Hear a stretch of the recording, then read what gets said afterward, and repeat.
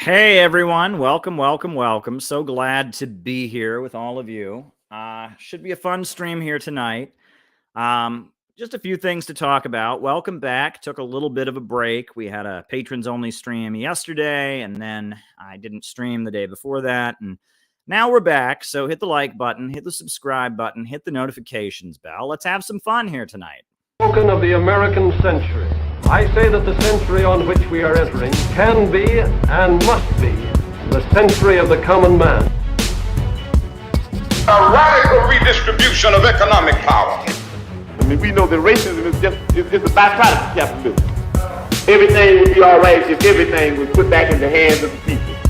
We need a government that will make sure Americans are taken care of and organize the economy to serve the people, not the profits of a wealthy few. We now have the techniques and the resources to get rid of poverty.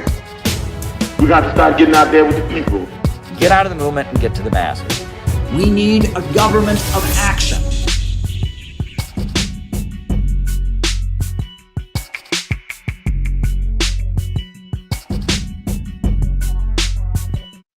Welcome everybody. Welcome everybody. So glad to have you here. Should be a fun stream tonight. But yeah, the way we do things, for those who may not be familiar, the way we do things is I give some opening remarks. Those opening remarks are followed by a roll call in which I call people out as I see them, names and locations, and we find out who it is on the other side of the camera. We do that. And then after that, for the rest of the night, I answer super chat questions. All right.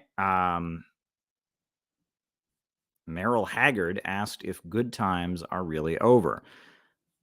I think Meryl Haggard is deceased, but I will write that down. Meryl Haggard asked if good times are really over. Thanks for the super chat. It is much appreciated. But anyhow, yeah, the way this works is I give opening remarks, we do the roll call, and then I answer super chat questions for the rest of the night. So if there's something else you want me to talk about, if there's something on your mind or whatever, like this guy just messaged me, Tom G there said about Meryl Haggard, we can talk about that. And that's how it works. So yeah. There you go. Yeah, I do want to remind everyone, is Oliver North a traitor? I want to remind everybody, I'd like to remind everybody that that you really need to hit the subscribe button because they are messing with us on the subscriptions here. A lot of people are getting unsubscribed against their wishes. YouTube's algorithms are very strange, but we're rolling right ahead. So make sure you're subscribed and make sure you crush the notifications bell because in order to make sure that you are getting notified. A lot of you are here right now because you got notifications. Do that, folks. I got to tell you all. I'll just be real with you all, right? I'm on here to give you all motivation. I'm on here to keep us going. And I'm still doing that. But that doesn't contradict with me being honest with all of you, which is that the beginning of the year is often a bit of a slog, right? Once the holidays are over, once it is January 2nd, 3rd, that's the day, January 3rd, it's a bit of a slog. It's hard. The opening weeks of the year are always difficult. And, you get that winter brain fog and you get that, your body just wants to collapse and the holidays are over and it can be difficult.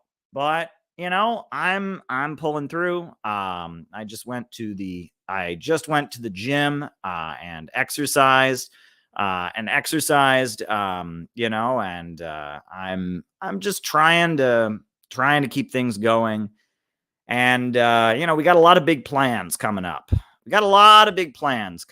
For the year. The year of 2023 is very, very exciting. Mark your calendars for March 25th.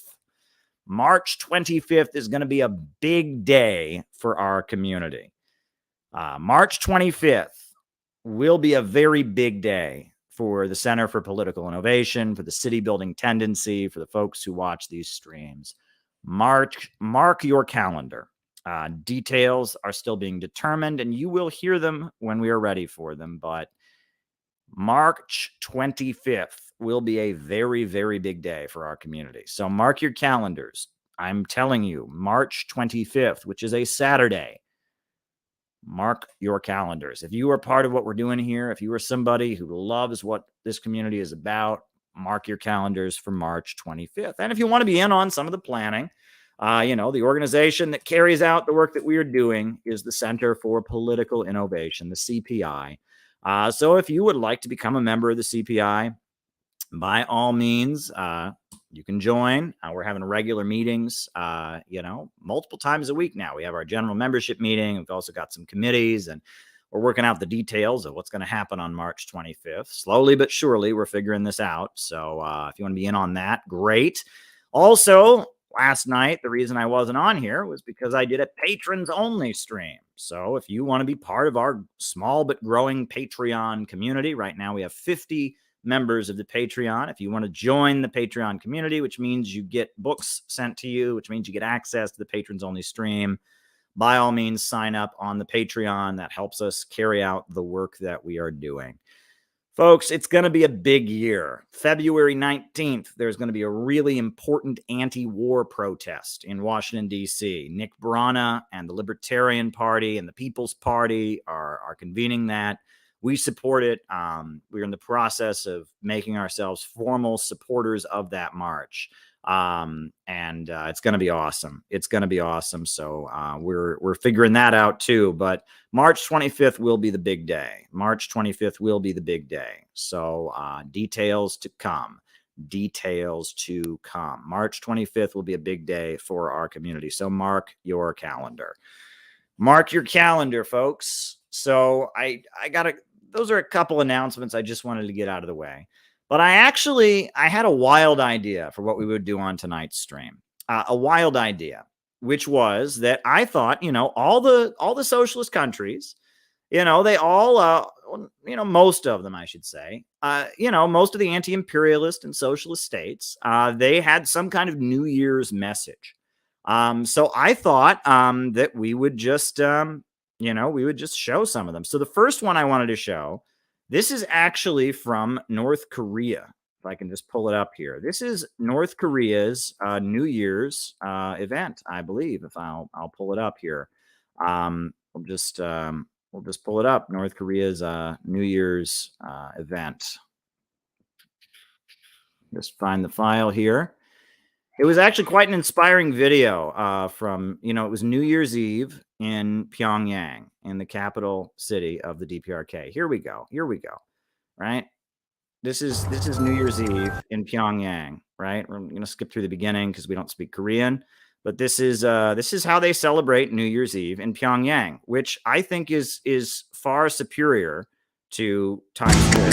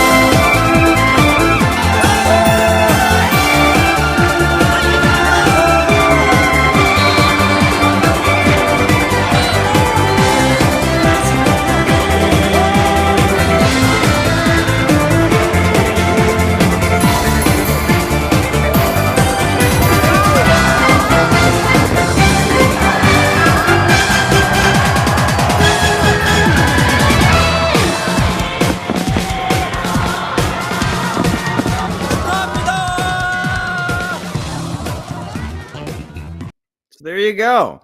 That was New Year's Eve in Pyongyang, the capital of People's Korea. That was just, look how wholesome that was, right? It wasn't sloppy. None of these like sloppy little, fake top hats and, blowing things. No, it was very patriotic, very anti-imperialist, very socialist. And right now, North Korea is under big threat. The United States and South Korea are practicing nuclear destruction of North Korea. Did you know this? They're doing nuclear war drills on the Korean Peninsula. And North Korea said, hey, can you not do that? And the United States said, no, we're going to do it anyway. They're about to have joint nuclear weapon drills on the Korean Peninsula. They're rehearsing the all-out destruction. All the people in this video that you just saw, right? All these people, right? The U.S. government is practicing murdering all of them, right? It is practicing killing all these people. And then they get mad when North Korea has a missile system. North Korea has a missile system to defend itself, to deter attack, and they get mad about it, right? But the U.S. government is practicing nuclear annihilation of all these people.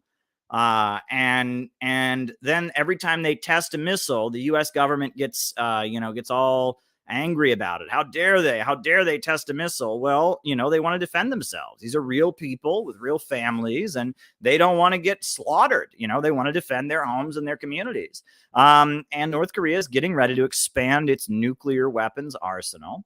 And the United States is saying, you can't do that. Well, they didn't want to get nuclear weapons to begin with. And Bill Clinton made a deal with them to prevent them from getting nuclear weapons, and he never fulfilled the deal. Congress didn't fulfill the deal, and Bush called them the axis of evil, and they're under threat. And, what Trump started on the Korean Peninsula needs to continue.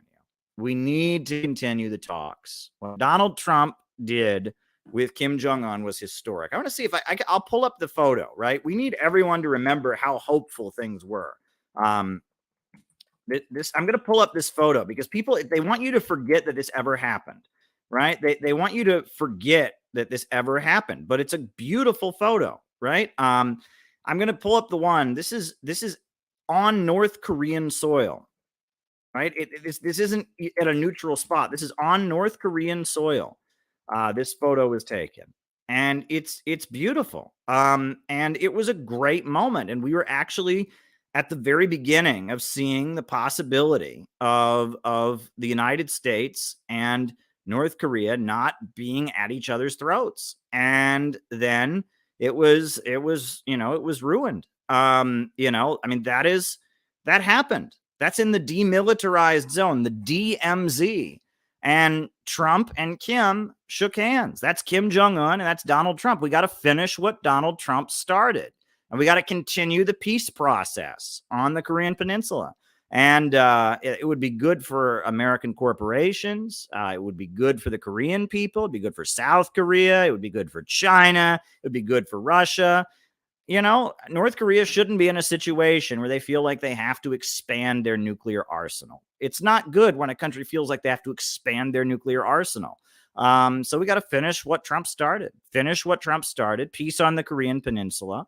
And there's a lot of people in the American government who want that as well. We got to do everything we can to support those folks, because this would be good for the world, right? That Joe Biden and his satanic faction, they are degrowthers. And they believe in driving living standards down. They want to make the world as poor as it can possibly be so that Wall Street and London and the big oil bankers and the Silicon Valley fascists can stay rich. But Russia and China and North Korea and Cuba and Venezuela, they just want to raise living standards. They want to use socialist central planning to raise people out of poverty. And if you believe in economic growth and you want to see poverty eradicated and you want to see working families, get wealthier, we got to oppose the synthetic left. We got to oppose these demonic forces that have taken control of Western capitalism. But, North Korea is not the only country that did some cool stuff on New Year's Eve. This is Vladimir Putin. And I got to tell you, I wanted to show you the entire speech by Vladimir Putin, but I cannot find it. It's not on YouTube. I couldn't find a YouTube video of it. And there is a video of it on the Kremlin website, but it doesn't have English subtitles. So the only version of Putin's New Year's address that I could find the speech is 9 minutes long. I found a 2-minute clip of it, that was published on somewhere else. And so I was able to rip this 2-minute clip, but I really wanted to show you the whole thing. I'll link the whole speech in the chat so you can read all the text of it. But I mean, it's in Russian, obviously. He is the president of Russia. I'm gonna show it to you, but but we're only going to be able to see a little bit of it because I couldn't find a version with English subtitles to show on here. So I'm going to link you the full speech in the chat. So don't worry. But this is some of what Putin said in his address on New Year's Eve. And I just got to say, it is badass. This is like the most badass. I mean, this is something else. I'm sorry. No, it's the wrong one. Sorry about that. That was the wrong one. All right. That's She, which we're going to watch later. Let's do Putin's badass New Year's speech. Here we go. Here's Putin. Уважаемые граждане России, дорогие друзья. Oh, this is the one without the subtitles. Man, we are having a night of technical difficulties, aren't we? Oh boy, what a night. All righty, let me find you the one with the subtitles. Wow, this is one of those nights. But there you go. That's how you can tell this is real. This isn't a hoax. This isn't staged, right? This is honestly, I'm speaking to you all from the heart. This is the real thing. I'm a real person giving you my real thoughts. Here we go. Мои граждане России, дорогие друзья, завершается 2022 год. Это был год трудных, необходимых решений, важнейших шагов к обретению полного суверенитета России и мощной консолидации нашего общества. Это был год, который многое расставил по местам. He looks so badass. Does he not look badass? He's got the army behind him. He's got like this beautiful woman soldier behind him. And they all look like they are ready to fight and they are ready to kick some ass. And this is like a badass. I mean, just the staging is awesome, I got to say. And he's talking about Russian sovereignty, how, the United States has been trying to kick Russia around and they're taking steps to make sure that their sovereignty is secure. This is badass. Like, this is badass. Четко отделил мужество и героизм от предательства и малодушия. It's clearly separated courage and heroism from betrayal and cowardice. This is badass. Западные элиты годами лицемерно заверяли всех нас в своих мирных намерениях, в том числе по разрешению тяжелейшего конфликта на Донбассе. На деле же всемирно поощряли неонацистов, которые продолжали вести военные, откровенно террористические действия против мирных граждан народных республик Донбасса. That's right. For 8 years, they've been bombing and attacking and killing the people of the Donetsk People's Republic. And you never hear anything about it in Western media. Thousands of people have been killed since 2014. But they make it sound like everything was hoity-toity in Ukraine. Everything was hunky-dory until Russia rolled in there. They never talk about the neo-Nazi government in Kiev droning and killing and food barricading the people of the eastern regions to the point that Russia said, fine, we're going to recognize them. They never talk about the facts. Запад врал о мире, а готовился к... The West lied about peace, but И was сегодня preparing for aggression. признается, And today, they are not уже ashamed. не стесняясь, в открытую. А Украину и ее народ они цинично используют для ослабления и раскола России. Мы никогда и никому не позволяли и не позволим этого сделать. Wow, that is, and I wish I could have found a version of the entire speech. So I'm going to link you the whole speech. I'm going to link you the whole speech. The video that I was able to download from the official Russian government website of the whole New Year's speech didn't have English language subtitles, but there is a full transcript on it. And you want to talk about a badass speech. I mean, he's there in front of the military. He's talking about how they're never going to kick us around. They lied. We know who the cowards are. It was a badass speech. I mean, just look at that. I mean, just look at this setup. I mean, this is like, Look at this. Look at this. Sorry. Look at this, Pardon. right? You know, look at this. I mean, this is don't mess with us, world. You know what I mean? You know, we are protecting the people of the eastern regions, the people who had their language outlawed, the people that you've droned and killed. We're rolling in to protect them. Z all the way. This is some serious leadership. This is what a real government looks like. A government that like actually cares about its people and gets shit done. This is what they look like. They're like, you know, they're not amateurs. They're not fooling around. They're not being silly. They're getting shit done, right? That's what I see here. I see it's been a hard year, folks. We're suffering, but we're pulling through this. And we got, you know, I mean, this is a speech that I get power from this. This is not a pathetic, weak Western. This isn't Joe Biden going, oh, God, oh, I don't know what we're going to do. No, this is a government of action, folks. This is what a government of action looks like. Holy shit, man. This is like badass. Go and read the whole speech for yourself. Go and read it for yourself. This is badass. This guy knows what he's doing. This is awesome. This is awesome. Caleb, look at the chat. LOL. Z, right? There you go. There you go. There you go. What a day. What a day. What a day. You know, this is awesome stuff. You know, yeah, there you go. There you go. Lots of Z's. But yeah. What a day. Very, very good. Very, very good. Oh, the full speech is on Odyssey. Okay. Well, unfortunately, I don't know how to rip Odyssey video, but you know, maybe we'll show it later if someone can figure out how to rip the video. But there you go. There you go. So that's that. I also, since we are big fans of socialism with Chinese characteristics, I thought we might also watch Xi Jinping. Right? Why not see what he had to say for New Year's? This is...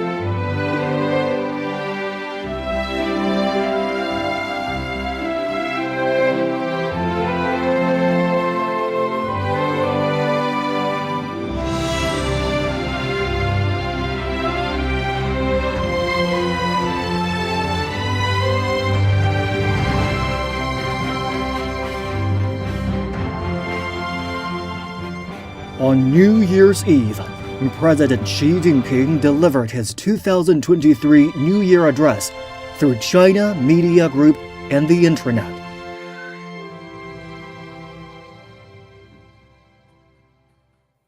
"同志们、朋友们、女士们、先生们，大家好。2023年即将到来，我在北京向大家致以美好的新年祝福。2022年，我们胜利召开党的20大，擘画了全面建设社会主义现代化国家，以中国式现代化全面推进中华民族伟大复兴的宏伟蓝图，吹响了奋进新征程的时代号角。So where is Joe Biden's blueprint for America? I want to see his blueprint for making the United States a more prosperous and wealthy country.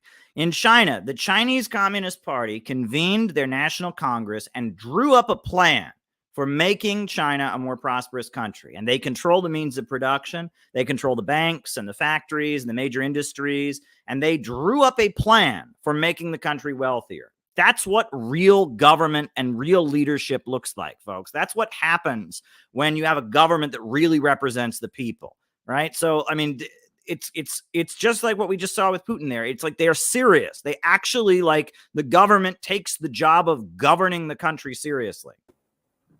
我国继续保持世界第二大经济体的地位，经济稳健发展。全年国内生产总值预计超过120万亿元。面对全球粮食危机，我国粮食生产实现19连丰。中国人的饭碗端得更牢了。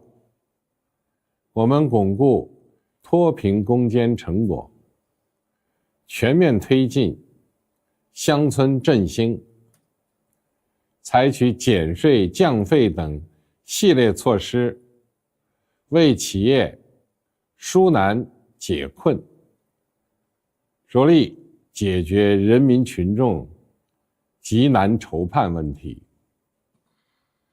疫情发生以来，我们始终坚持人民至上、生命至上，坚持科学精准防控，因时因势优化调整防控措施，最大限度保护了人民生命安全和身体健康。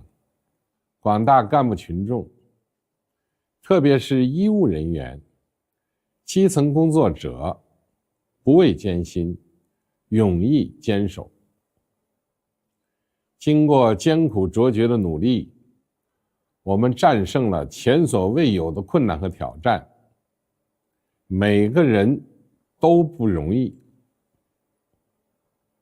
目前，疫情防控进入新阶段，仍是吃劲儿的时候，大家都在坚韧不拔努力，曙光就在前头，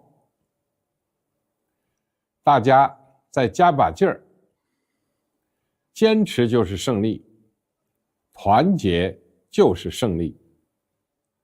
2022年，江泽民同志离开了我们，我们深切缅怀他的丰功伟绩和崇高风范，珍惜他留下的宝贵精神财富。我们要继承他的遗志，把新时代中国特色社会主义事业不断推向前进。历史长河波澜壮阔。Wave upon wave. Did you just see that? Wave upon wave, the mighty river of history surges forward. Holy shit. Like that. I mean, I'm sure in Chinese that's even more poetic, but that's a brilliant line. Wave upon wave, the mighty river of history surges forward. That's like a tweet. I am going to tweet that out. I am tweeting live upon the air. I've never done that before. I usually don't tweet while I'm streaming, but that is a tweet. Wave upon wave. What is it? Wave upon wave, the mighty river of history surges forward. The mighty river of history surges forward. That is a great quotation. Xi Jinping. I am now tweeting that out because that is too good to not tweet out. That is awesome. That is awesome. 壮阔，一代又一代人接续奋斗，创造了今天的中国。今天的中国是梦想接连实现的中国。北京冬奥会、冬残奥会成功举办，冰雪健儿赤骋赛场取得了骄人成绩。神舟13号、14号、15号接力腾飞，中国空间站全面建成，我们的太空之家遨游苍穹。人民军队迎来95岁生日。95 years since Mao was up in the mountains forming the People's Liberation Army after Chiang Kai-shek betrayed the communists and betrayed the United Front. And Mao went into the mountains with a few rifles and started something amazing. 95 years, folks, and look where they are now. 广大官兵在强军伟业征程上昂扬奋进。第3艘航母福建号下水。Wow. 首架 C919 大飞机正式交付，白河滩水电站全面投产。Wow.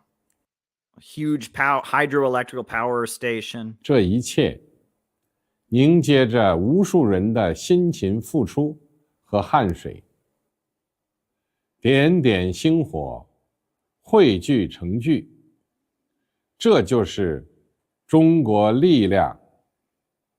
今天的中国是充满生机活力的中国。各自由贸易试验区、海南自由贸易港蓬勃兴起，沿海地区踊跃创新，中西部地区加快发展，东北振兴蓄势待发，边疆地区兴边富民。中国经济韧性强，潜力大，活。Why? Because profits are not in command. The Chinese economy enjoys a strong resilience and tremendous potential and great vitality. And why is that? Because the anarchy of production isn't in charge. The chaos of the market, the problem of gluts of overproduction and all of that, they don't have that problem there. They have a centrally planned economy. They have an economy where the Communist Party is in charge, not the anarchy of production, not the chaos of the market. They have socialism with Chinese characteristics. And so the state can actually do what a government is supposed to do and raise the people out of poverty. 活力足，长期向好的基本面依然不变。只要笃定信心，稳中求进，就一定能实现我们的既定目标。今年我去了香港，看到香港将油至基兴，十分欣慰。坚定不移落实好一国两制，香港、澳门必将长期繁荣稳定。今天的中国是赓续民族精神的中国。这一年发生的地震、洪水、干旱、山火等自然灾害和一些安全事故，让人揪心，令人难过。但一幕幕舍生取义、守望相助的场景感人至深，英雄的事迹永远铭记在我们心中。每当辞旧迎新，总会念及中华民族千年传承的浩然之气，倍增前行信心。今天的中国是紧密联系世界的中国。这一年，我在北京迎接了不少新老朋友，也走出国门讲述中国主张。百年变局加速演进，世界并不太平。我们始终如一，珍视和平和发展，始终如一，珍惜朋友和伙伴，坚定站在历史正确的一边，站在人类文明进步的一边，努力为人类和平与发展事业贡献中国智慧、中国方案。党的20大后，我和同事们一起去了延安，重温党中央在延安时期战胜世所罕见困难的光辉岁月，感悟老一辈共产党人的精神力量。我常说，艰难困苦，玉汝于。Hold up, folks. I just wanted to roll back to this shot here. Right? When he's with the other party people and he's showing them in the museum. Those are what real communists look like. Those are serious political leaders of a country, right? To draw on the spiritual strength of older generations of Communist Party members. These people are like, this is what we should be looking like. You know, when we go out among the masses and present ourselves as revolutionaries, we should have the same vibe. We should look like serious politicians who want to get the job done, who want to have a government of action to fight for working families. These guys, they are serious. They are serious. 老一辈共产党人的精神力量。我常说，艰难困苦，玉汝于成。中国共产党100年栉风沐雨，披荆斩棘，历程何其艰辛，又何其伟大！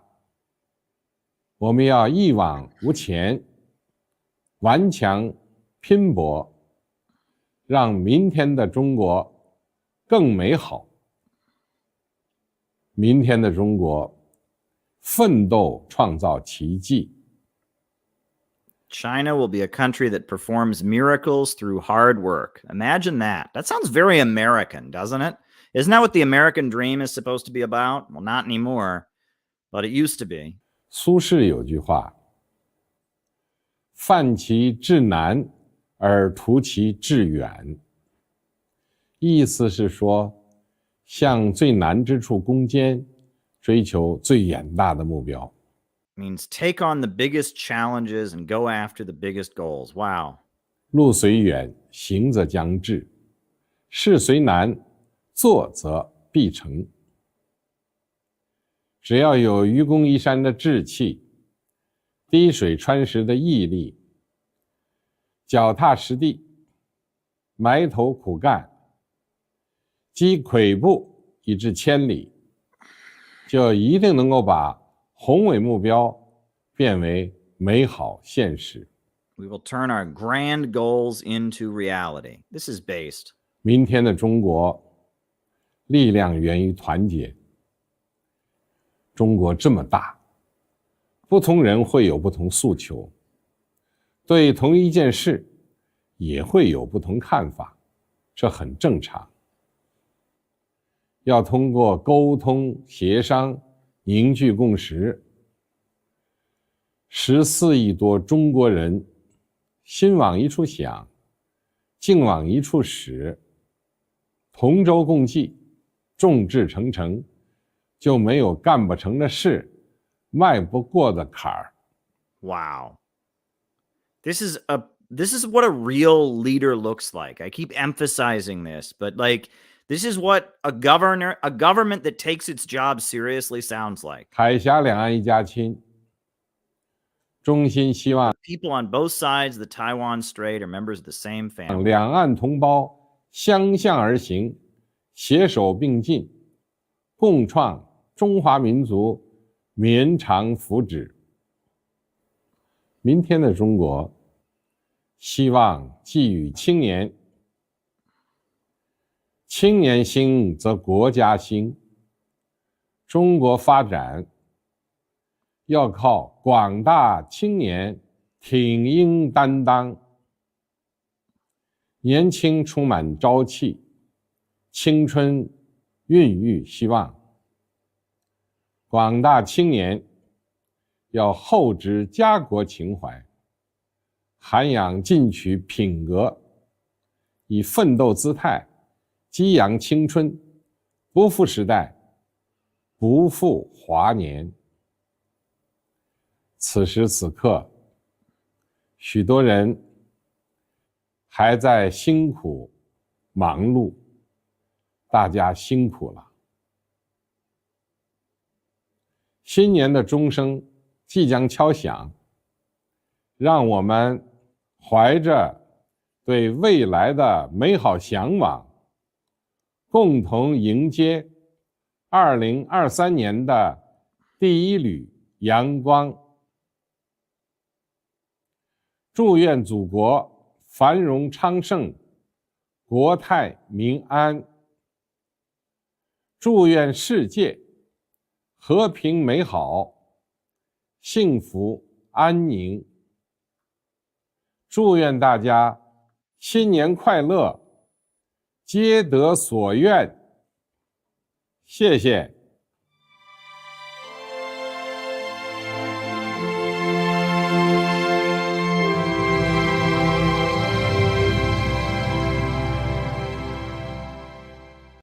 So there you go. That was President Xi Jinping's New Year's message. And now I am going to, we just watched a great message from Russian President Putin looking badass with his military and talking about how Russia's sovereignty is not going to be messed with. And, we also just watched a great speech by President Xi Jinping of China, where he talked about the space program and the youth and how if they work together, there's nothing they can't do. And that was really, really awesome. And now we're going to watch U.S. President, Joker in Chief, Joe Biden. He didn't even give a New Year's address, mind you, folks. He gave a Christmas address. I have not watched this. I'm watching this with fresh eyes. We watched badass leadership in Russia. We watched badass leadership in China. We watched a group of people coming together and having a celebration of patriotism in Pyongyang. And now we are going to watch the pathetic, poor excuse for leadership that we have here in America. Here we go.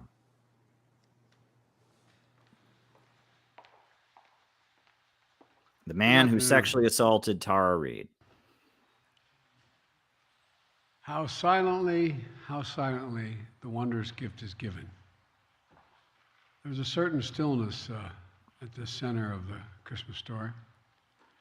A silent night when all the world goes quiet, and all the glamour, all the noise, everything that divides us, everything that pits us against one another, everything that seems so important, but really isn't. Yeah, I'm already bored. Quiet. He's got quiet right. It all fades away in stillness of the winter's evening. And we look to the sky, to a lone star, shining brighter than all the rest, guiding us to the birth of a child Christians believe to be the Son of God. Miraculously now, here among us on earth, bringing hope, love, and peace, and joy to the world. Yes, it's a story that's 2,000 years old, but it's still very much alive today. Just look into the eyes of a child on Christmas morning, or listen to the laughter of a family together this holiday season after years. Yawn. After years of being apart. Just feel the hope rising in your chest as you sing, "Hark the Herald Angels Sing." What does hope rising in your chest feel like? Even though you've sung the countless times before. Yes, even after 2,000 years, Christmas still has the power to lift us up, to bring us together, to change lives, to change the world. The Christmas story is at the heart of the Christian faith. But the messages of hope, love, peace, and joy, they're also universal. It speaks to all of us, whether we're Christian, Jewish, Hindu, Muslim, Buddhist, or any other faith, or no faith at all. It speaks to all of us as human beings who are here on this earth. To care for one another. Yeah, that's why you send weapons to neo-Nazis in Ukraine, right? Because you just love people so much. That's why you're escalating confrontation. That's why you sent Nancy Pelosi to Taiwan to try and provoke a war in the Taiwan Strait and in the Pacific. Yeah, you're just trying to spread wars everywhere. But continue talking about Christmas, old Joe. Out for one another, to love one another. The message of Christmas is always important, but it's especially important through tough times, like the ones we've been through the past few years. The pandemic has taken so much from us. We've lost so much time with one another. We've lost so many people we loved. Yeah. And you gave us a vaccine that was supposed to prevent us from spreading COVID, and it didn't. It was supposed to prevent us from getting COVID, and it didn't. And we all got vaccinated, and a bunch of kids didn't go to school for a year, and we still had the highest COVID death rate in the world. Yeah, continue. 1 million lives lost in America alone. That's 1 million empty chairs, breaking hearts and homes all across the country. Yeah, we weren't allowed to question any of your policies, Joe, and your policies, if you questioned any of your COVID restriction policies, you got banned from social media, and you said Trump had screwed up COVID and you were going to get in there and fix it. And the numbers got even higher when you were in there, and we weren't allowed to question any of your policies. And we found out that all the policies you were implementing were completely wrong, and all the things we were told were conspiracy theories were completely right. And despite the fact that you implemented all these crazy policies, we still had the highest death rates from COVID in the world. Continue, Joe. Continue talking. Continue lecturing us about peace. Our politics has gotten so angry, so mean, so partisan.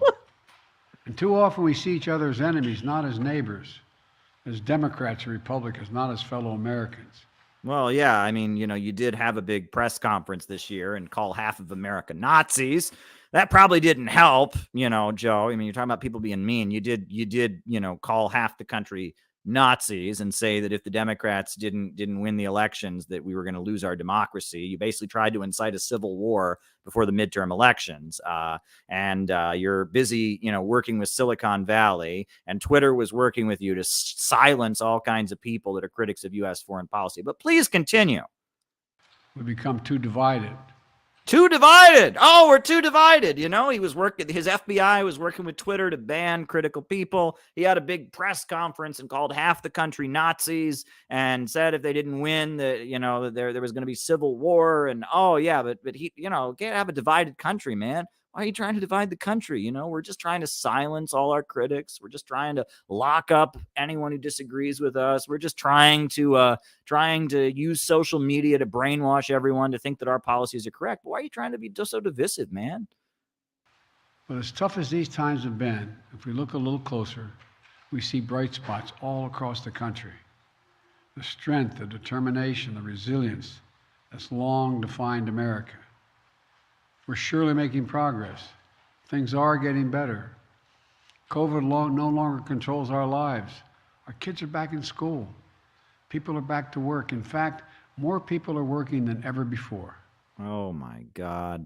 Have you been to the food banks in this city? Have you seen the lines here in New York City outside the Catholic charities and the food banks? Have you seen the cost of food? Have you seen the cost of gasoline? Shut up. I mean, have you been across this country and seen the bridges and the highways falling apart? Have you seen, the water treatment facilities that are falling apart? People are drinking water that's not properly purified all across this country. Oh my God, this country's falling apart, Joe. Americans are building again. No, we're not building again. We're not building again. The only thing we're building is bombs and tanks and weapons to send to Ukrainian Nazis. We're not building again, Joe. No, we're not. We're not building again.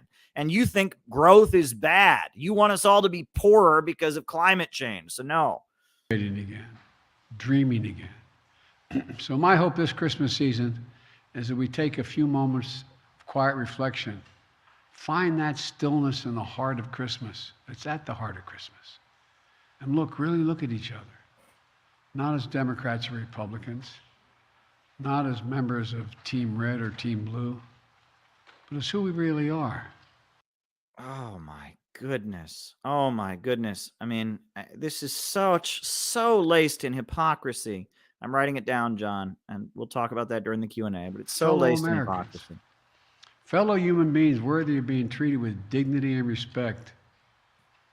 I sincerely hope this holiday season will drain the poison that has infected our politics and set us against one another. Oh my God. We saw what you were doing on Twitter, Joe. We saw how you were using Twitter to demonize and attack certain people, to manipulate the algorithms, to destroy people's reputations. Oh my God. I hope this Christmas season marks a fresh start for our nation, because there's so much that unites us as Americans, so much more that unites us than divides us. We're truly blessed to live in this nation, and I truly hope we take the time to look out for one another, not at one, for one another. So many people struggle at Christmas. It can be a time of great pain and terrible loneliness. I know. Yeah, especially when you impose lockdowns that separate people and they can't see their families during the holidays, Joe. That might have something to do with it, especially when those lockdowns don't even contribute to decreasing the death rate. Like many of you know, it was 50 years ago this week that I lost my first wife, my infant daughter, in a car accident. My 2 sons were badly injured when they were out shopping for a Christmas tree. I know how hard this time of year can be. But here's what I learned long ago. No one can ever know what someone else is going through, what's really going on in their life, what they're struggling with, what they're trying to overcome. Yeah, no one can ever know it, and you don't give a shit about it. This country is literally falling apart. People are hungry. People are dying. People are killing themselves at record rates. The foundations of the country are falling apart, and you're sitting there going, no one can really know what anyone else is feeling. Yeah, you don't know what other people are feeling. You live in a bubble up there in the White House. You're sitting there talking about climate change and how economic growth is bad and Americans need to be poorer and there's too many of us and we're clinging to our guns and religion and That's why sometimes the smallest act of kindness can mean so much. A simple smile, a hug, an unexpected phone call, a quiet cup of coffee.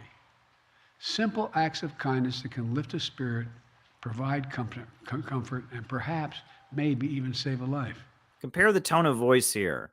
Putin and his defiant stance, Xi Jinping talking about all they've achieved. And listen to this. He's like, get somebody a cup of coffee, man. Maybe we can be super quiet. This is like, it's like the message I'm getting here is the country is dead and depressed and dying. So this Christmas, let's spread a little kindness. This Christmas, let's be that helping hand, that strong shoulder, that friendly voice, when no one else seems to care for those who are struggling, in trouble, in need. The Chinese president talks about all the power plants he's built and how they have the second largest economy in the world. He talks about their space program. He talks about lifting people out of poverty, how they can accomplish anything. The Russian president talks about how no one's going to break their sovereignty and that they're going to stand up and defend. And he's got military people behind him. And Joe's on here talking about, be nice to people during the holiday time, get somebody a cup of coffee. I can barely hear him. It just might be the best gift you can ever give. Let's be sure to remember the brave women and men in uniform who defend and protect our nation. Many of them are away from their families at this time of year. Yeah, how are they defending and protecting our nation for 20 years in Afghanistan? 20 years in Afghanistan. They were in Afghanistan, a country that has absolutely nothing to do with us. They were protecting the poppy fields of the heroin gangs and the heroin dealers, the poppy fields. They were keeping the country more and more unstable. And then after 20 years of 4,000 Americans dying and occupying and staying in Afghanistan, after 20 years, you were just like, screw it. And then you said, let the Taliban come back to power and let it be Russia and China and Iran's problem from here on. How are they defending our country? How are they keeping us safer? All that time you were in the Obama White House, you voted for it during the Bush years, you're in the Obama White House and the Trump administration. And then under you, all that time, Americans from small towns and working class communities were getting shot at and losing arms and legs in Afghanistan. How are they protecting us, Joe? I'm curious, how were we safer because of that?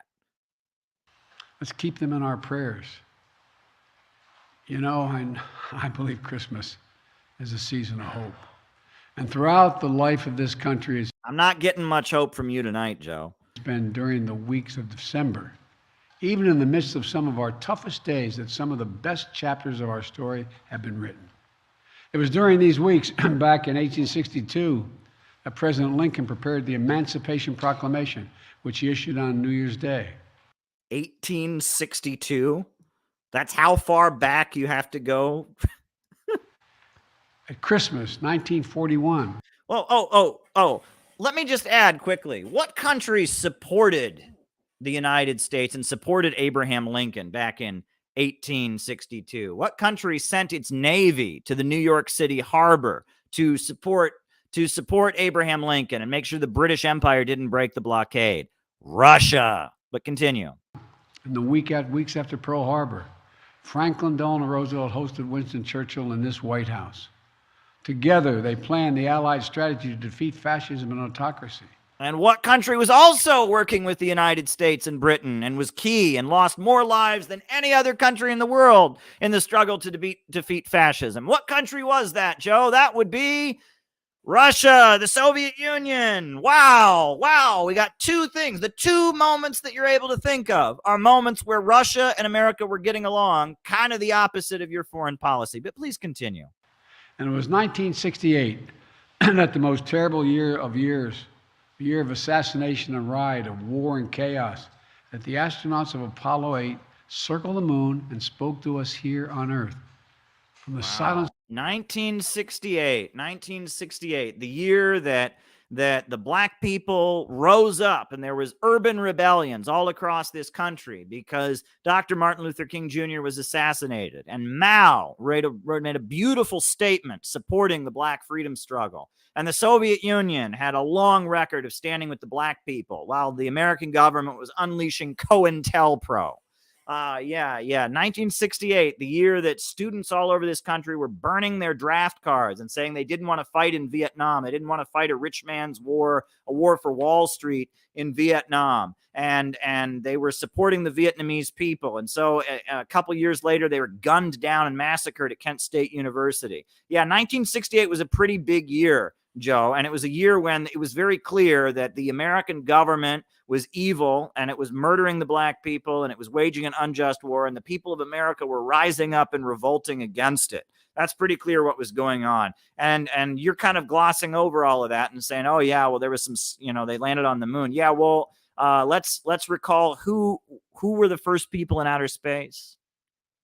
Russians, Soviet Union, Sputnik, Yuri Gagarin. But let's continue, Joe. Of space on a silent night on a Christmas Eve. They read the story of Christmas creation from the King James Bible. When in the beginning, God created heaven and earth, and God said, let there be light, and there was light. That light's still with us. I'm sorry, what is he talking about? Some astronauts read the Bible in space? Oh, boy. Oh, boy. Illuminating the way forward as Americans and as citizens of the world. A light that burned in the beginning and at Bethlehem. A light that shines still today in our own time, our own lives. As we sing, O Holy Night, His law is love and His gospel is peace. May I wish you and for our nation, now and always, is that we'll live in the light of liberty and hope, of love and generosity, of kindness and compassion, of dignity and decency. So from the Biden family, wish you and your family. Oh, from the Biden family, right? You got Hunter Biden and his crack pipe and his prostitutes and from the crack pipe of the Hunter Biden crime family. Peace, joy, health, and happiness. Merry Christmas, happy holidays, and all the best in the new year. God bless you all, and may God protect our troops. Thank you. Well, you could protect our troops by not sending them to, foreign countries and bringing them home, but there you go. So that's the caliber of leadership we're dealing with right now in America. That's the caliber of leadership that we've got here in this country. We've got some brilliant minds. I mean, my God. Oh man, that was bad. I didn't even watch that. I watched that with fresh eyes. That was really something else. I was hoping there was a New Year's address, but that was just his Christmas. He didn't even do a New Year's address. He did a Christmas one. But oh man, that was bad. That was, yeah, man. Yeah. That made you really want to go out there and live the American dream. Holy shit. But you all know that I like Tulsi Gabbard. You all know that, right? And Tulsi Gabbard's pretty cool. So I thought, we could, she gave an interesting message around the same time. She's interesting. Tulsi Gabbard, she's very religious, but she's from a Hindu faith tradition. And she's interesting. Let's put on, I have more hope going into 2023 than I've had in years. That is partially because of this community. Oh, you're touching me. You're touching my heart. Well, we've got a lot prepared. We've got a lot prepared for this year. You just wait. You just wait till you see how amazing things are going to get. Mark your calendar for March 25th, folks, because stuff is happening. And I'm excited. I am very, very excited. Details to come as soon as possible. But yeah, let's Tulsi Gabbard gave an interesting message recently. So let's pull up Tulsi, right? Let's see what she has to say. All righty. Hold up. All righty. Let's, all right. Tulsi Gabbard. This is Tulsi Gabbard around the same time. Everyone, welcome to a special edition of Tucker Carlson Tonight. I'm Tulsi Gabbard, standing in for Tucker. Now, I'm so grateful to have had the privilege of wearing the cloth of this country now for almost 20 years, currently serving as a lieutenant colonel and civil affairs officer in the U.S. Army Reserves. But my first deployment was to Iraq in 2005, where I served in a medical unit in a camp that was about 40 miles north of Baghdad. And one of the things that struck me when I first arrived at that camp in 2005 was this big sign at the main gate that read, "Is today the day?" Now, I saw that sign almost every day for the year that I was there, a reminder that any day could be our last. And I was confronted with just how true this was as I worked in a medical unit every day, experiencing the high human cost of war. And it caused me to reflect, what am I doing with my life? Am I making the most of every day that I have to do my best to be of service to God and to others? Now, the question on that sign, "Is today the day?" is just as relevant to every one of us now here at home as it was to us in Iraq so many years ago. I spoke to Tucker recently on my podcast, The Tulsi Gabbard Show, about this most important topic. Here's part of our conversation. I'm moving toward death at like pretty high speed. And one of the first things to go is my sight, and I can't text without my glasses on. I've been feeling that way since I was very young, moving towards death at a rapid rate. Yes, because we are.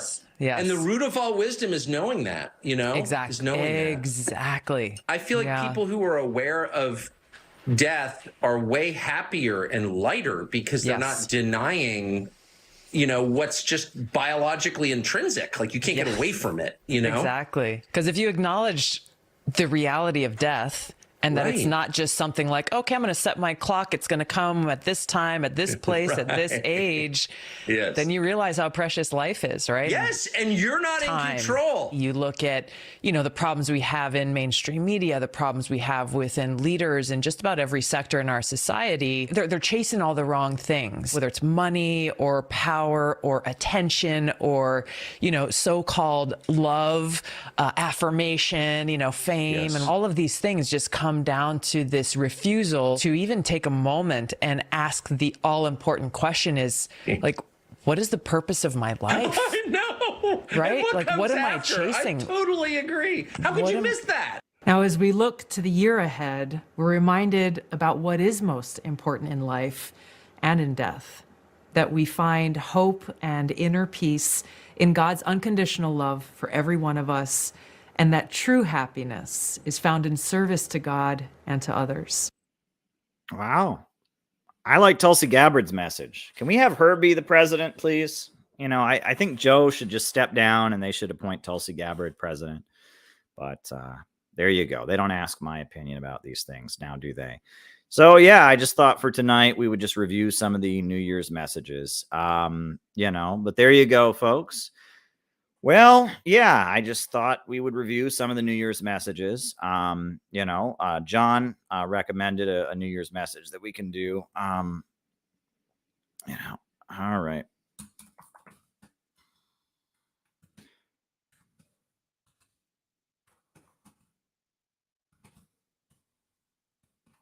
Writing it down.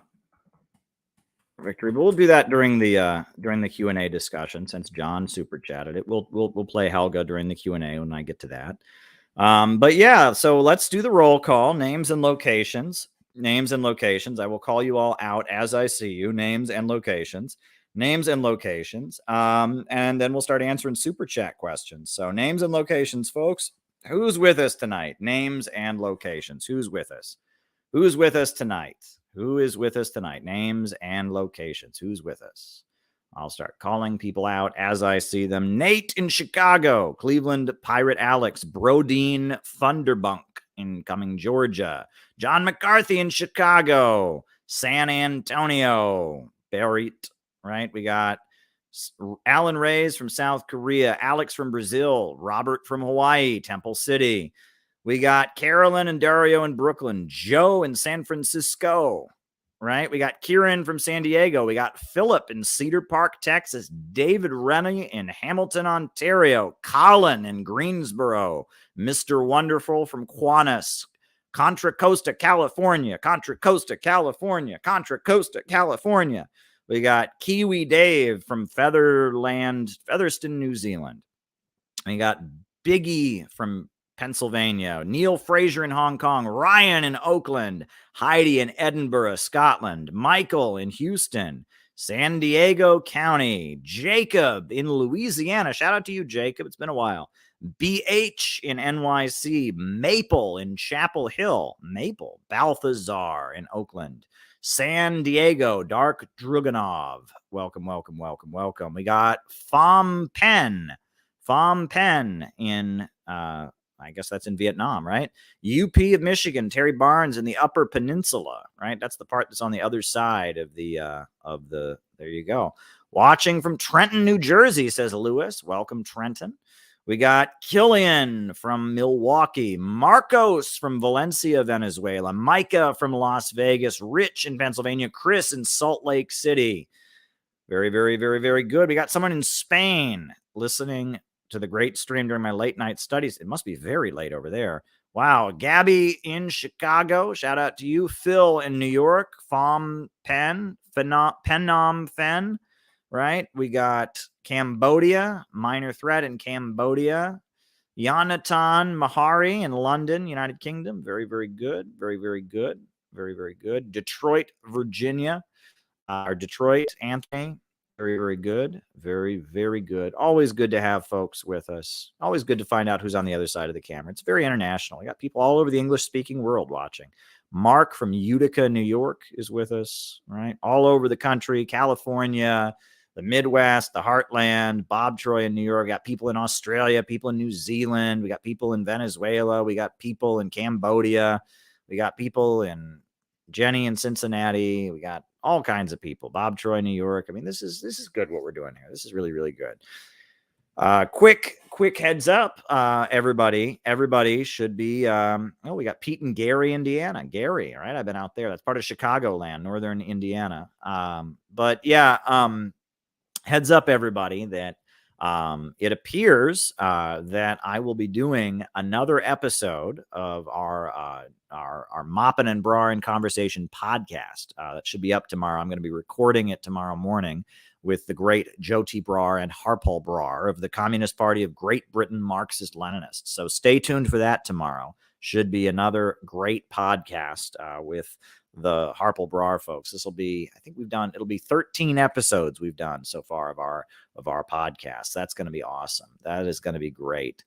That is going to be awesome. So there you go. But yeah, so now we're going to start answering super chat questions. If people have more super chats for me to answer, by all means, go ahead. So the first one, we got Merrill Haggard asked if good times are really over. Merrill Haggard is a great, great country musician.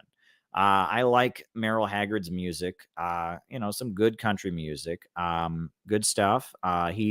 He did the song Okie from Muskogee, which, was about how the hippie movement was kind of disconnected from the broad masses of Americans. And he actually did some, yeah. Oh boy. Are you surprised?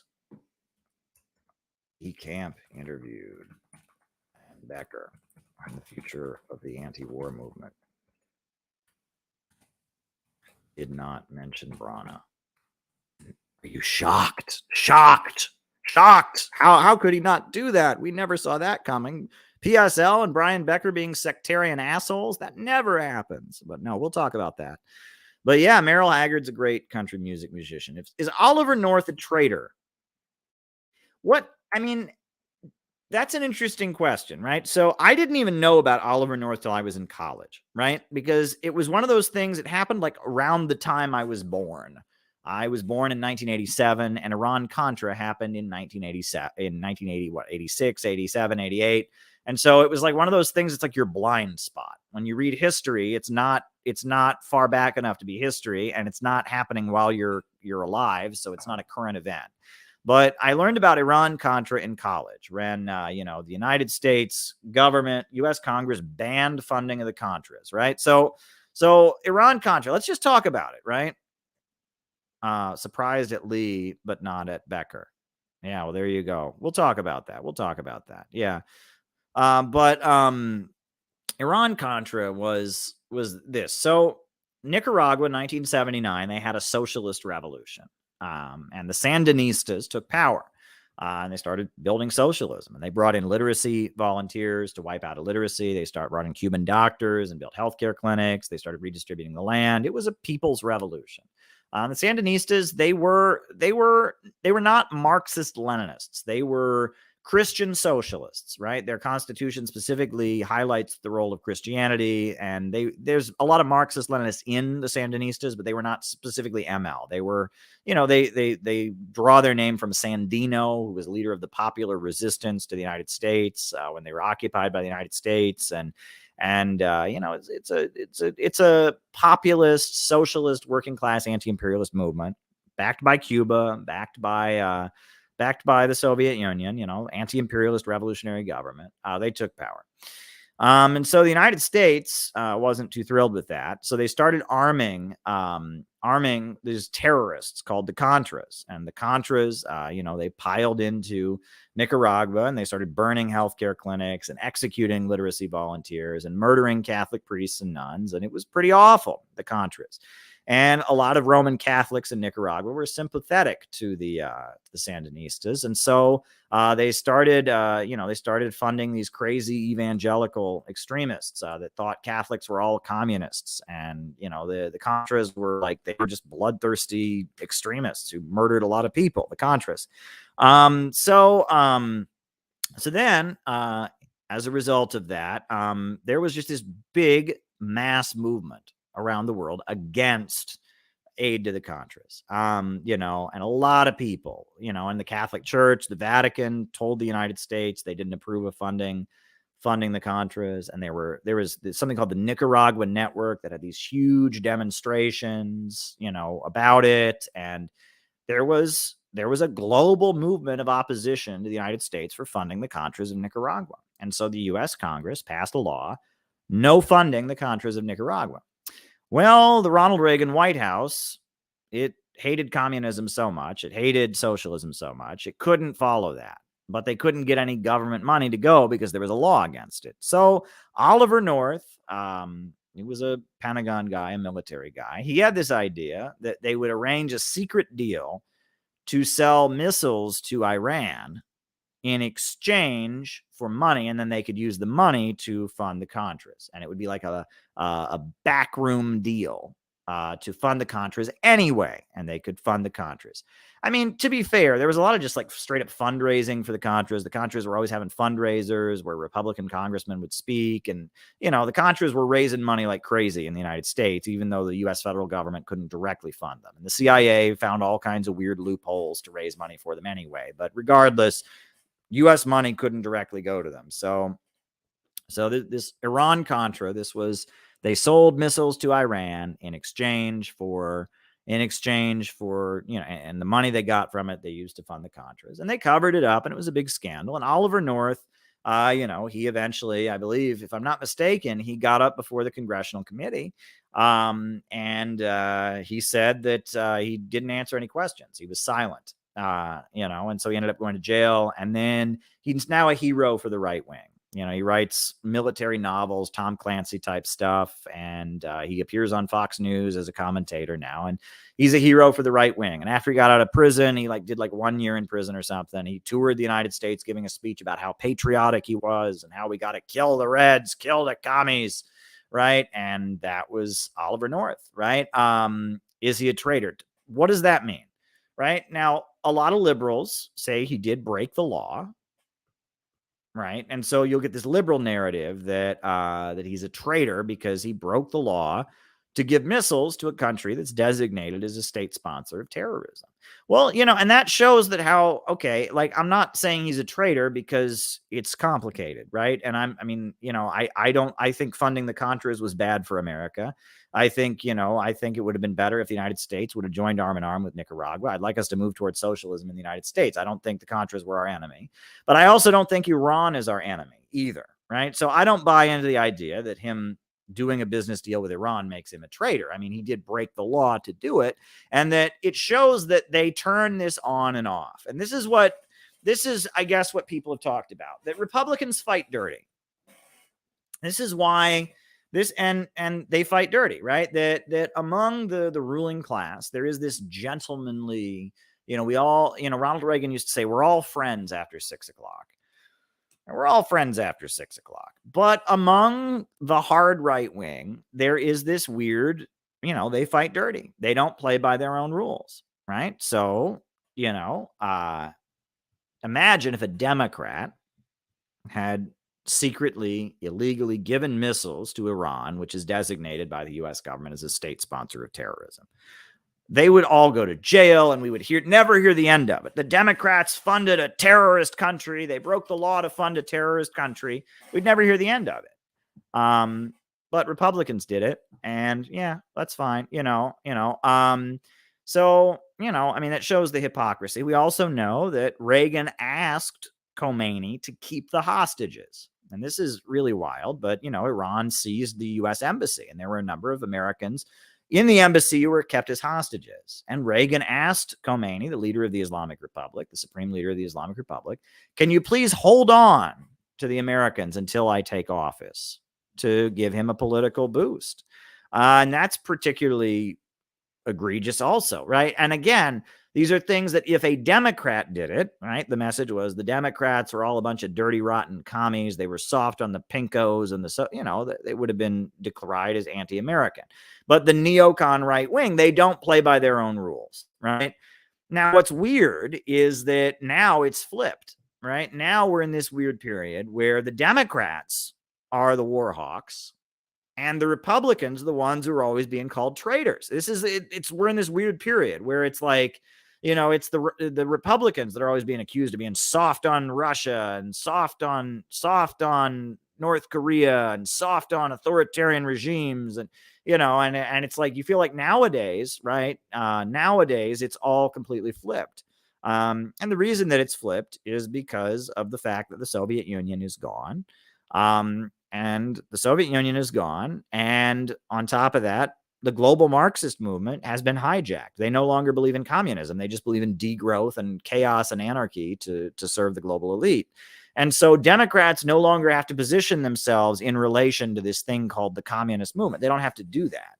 And so because of that, Democrats are the more, representative of the liberal order, whereas Republicans just represent the lower level capitalists who just want to make money. And just like back in the day, they don't play by the rules, right? They just want to make money. They have their agenda. They're not concerned about, this gentlemanly agreement among the ruling class.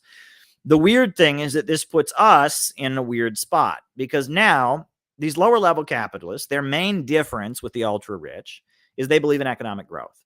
The ultra rich don't believe in economic growth anymore. They want to end economic growth so that they can stay at the top of the pyramid, right? They are the degrowth faction, the oil banking elite, the Silicon Valley fascists. They don't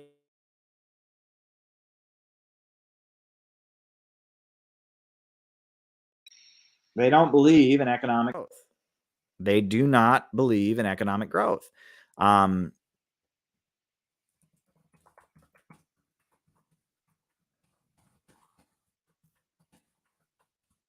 They don't believe in economic growth, whereas the lower level capitalists do believe in economic growth. They just want to make money.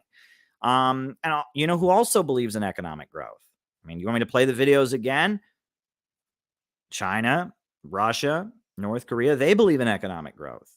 The whole world believes in economic growth. It's just this sinister imperialist oligarchy, this financial oligarchy that sits at the top of the world that doesn't believe in economic growth. So at this point, right, you know, working class people, we want economic growth. We want jobs and schools and healthcare and education. We'd like a government like they have in China that makes sure the economy grows, that makes sure people have jobs and schools and education. Lower level capitalists, they want economic growth. The anti-imperialist and socialist countries, they want economic growth. The only people who don't want economic growth is Greta Thunberg, right? Greta Thunberg, who's up there. You want economic growth? How dare you? How dare you?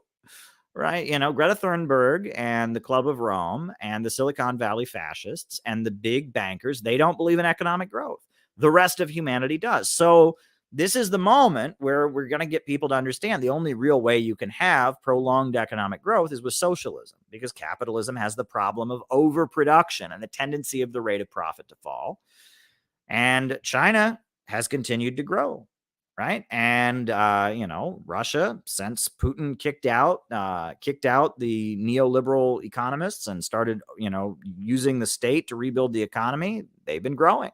And, you know, the socialist countries of the world, they believe in economic growth, and they have the answer to overcome economic growth, which is central planning, overcoming the contradictions of capitalism.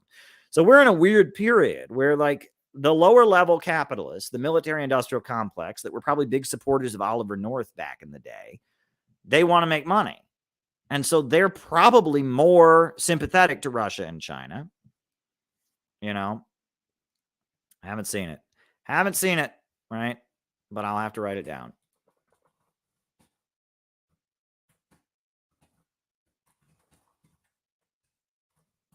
You know, they're probably more sympathetic. So this is a weird dynamic that socialism in our time is about controlling the means of production so that growth can continue and that technology doesn't create poverty.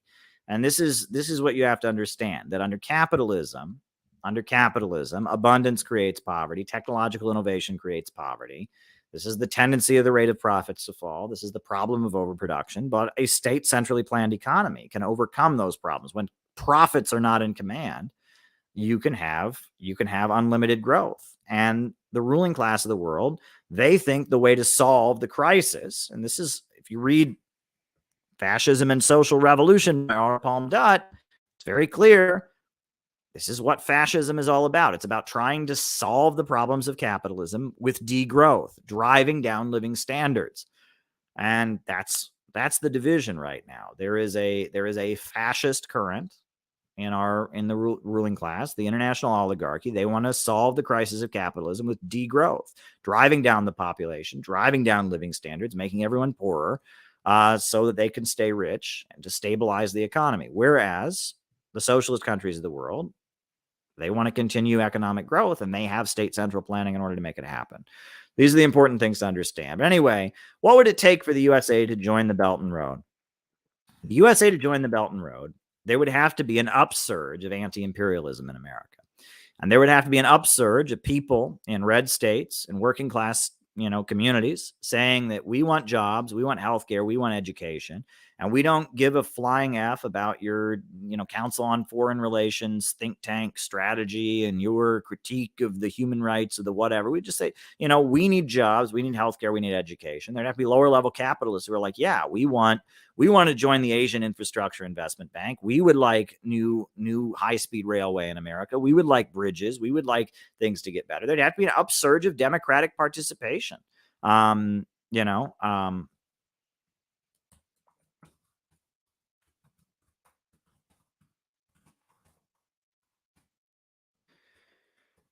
right.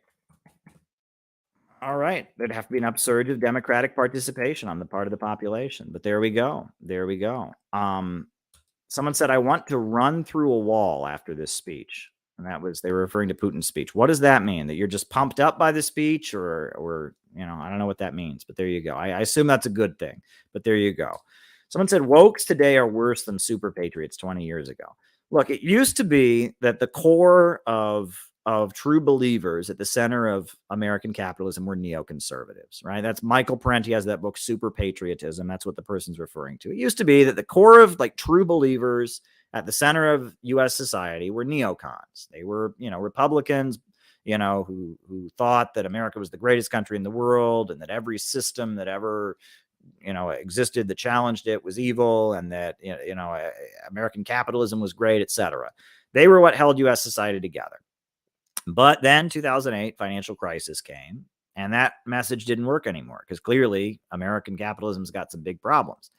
So, the new, I don't know what you want to call it, the new ideology at the center of U.S. society is wokeism.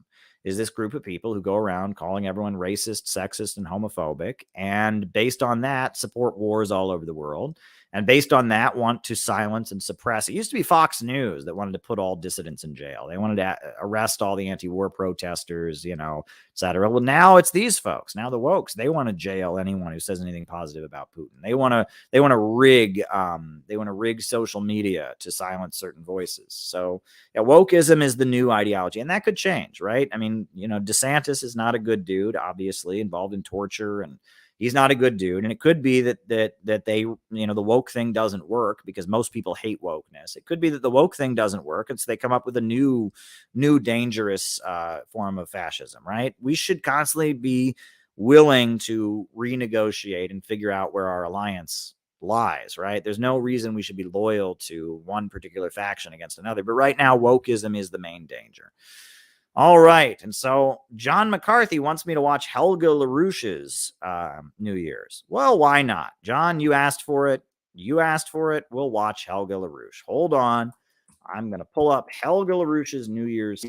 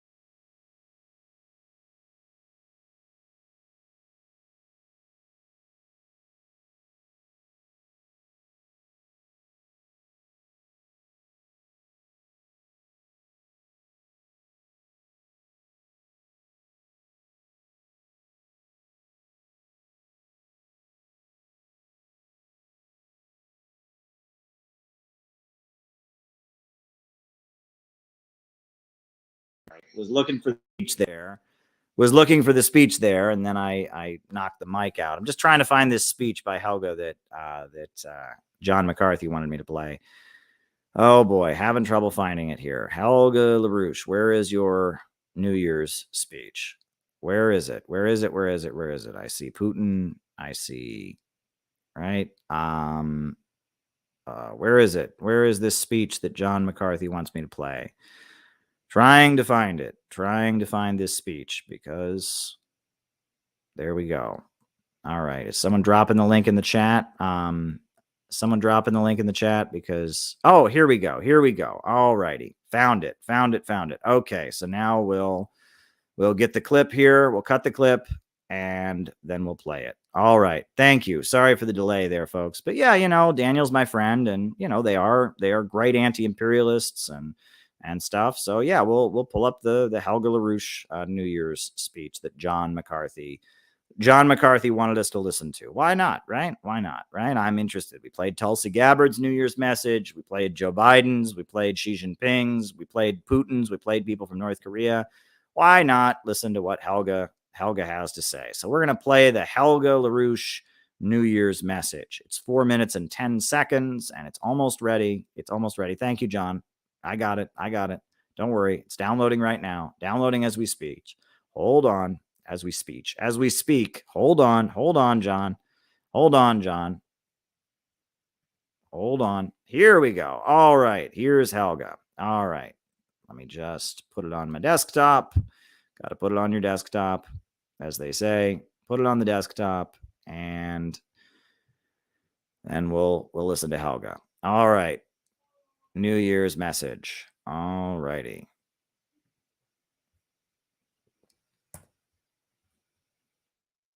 All right, here we go. Here's Helga LaRouche. Citizens, I wish you a good new year.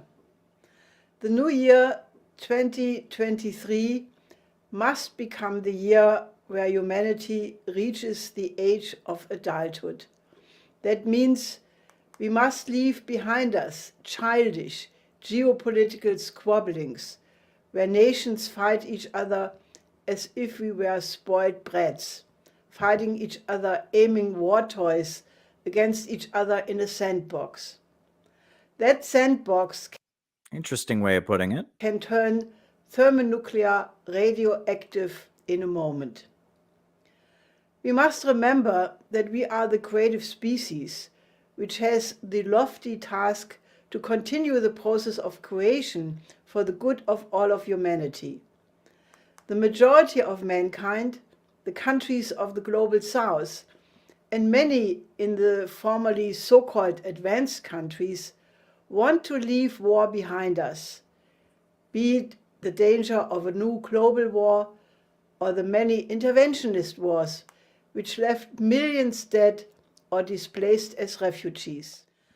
Let us create a new paradigm of international relations where the interest of each sovereign nation is respected, where we all join hands to eradicate poverty and underdevelopment. Let us create a modern health system in every country so that life expectancy is increased for all human beings living on this planet. That would be good. And let us create the conditions where every child and every adult has access to universal education so that each person has the chance to realize his or her innate creative potential to the fullest. Let us also create a new credit system to finance these goals and to increase the living standard of the people of the global south and the poor in the so-called industrialized countries. Let us finally bring infrastructure, agriculture, and industry to all continents on Earth. Let us create a new international security and development architecture. That would be good. Which overcomes the division of the world into blocks and ban all weapons of mass destruction and work to make nuclear weapons technologically obsolete. Let us think of the entire human species as that higher one, which is of a higher order than the many nations. And let us never pursue a national interest which is not in coherence with the interest of humanity as a whole. Let us put the political, economic, and social order in cohesion with natural law, the laws of the physical universe. And let's increase that knowledge through progress in science and classical art. And let's start from the assumption that the nature of man is fundamentally good and that all evils come from a lack of development and therefore can be overcome. A new world economic order is emerging, involving the vast majority of the countries of the global south. The European nations and the United States must not fight this effort, but by joining hands with the developing countries, cooperate to shape the next epoch of development of the human species, to become a renaissance of the highest and most noble expressions of creativity. Let us therefore create an international movement of world citizens who work together to shape the next phase in the evolution of mankind, the new epoch. World citizens of all countries, unite. Yeah, well, I couldn't disagree with anything she said, I don't think. That was a great message. Thanks for sharing that with us, John. Much appreciated. Very good. Like I said, all of that seems very compatible with Marxism as far as I'm concerned. The idea of man as the tool maker, the emerging alternative to Western capitalism, and the new economy rising from around the world. And, I'm down. The danger of a new world war. I'm with her. So there you go. All right. Next question. Why do anti-communists cite the Lend-Lease program as the reason for victory? That's because the Soviet Union couldn't possibly achieve anything, right? I mean, that's the standard line. It's like the Soviet Union had such an amazing victory against the Nazis. The Battle of Stalingrad, you look at what the Soviet Union did.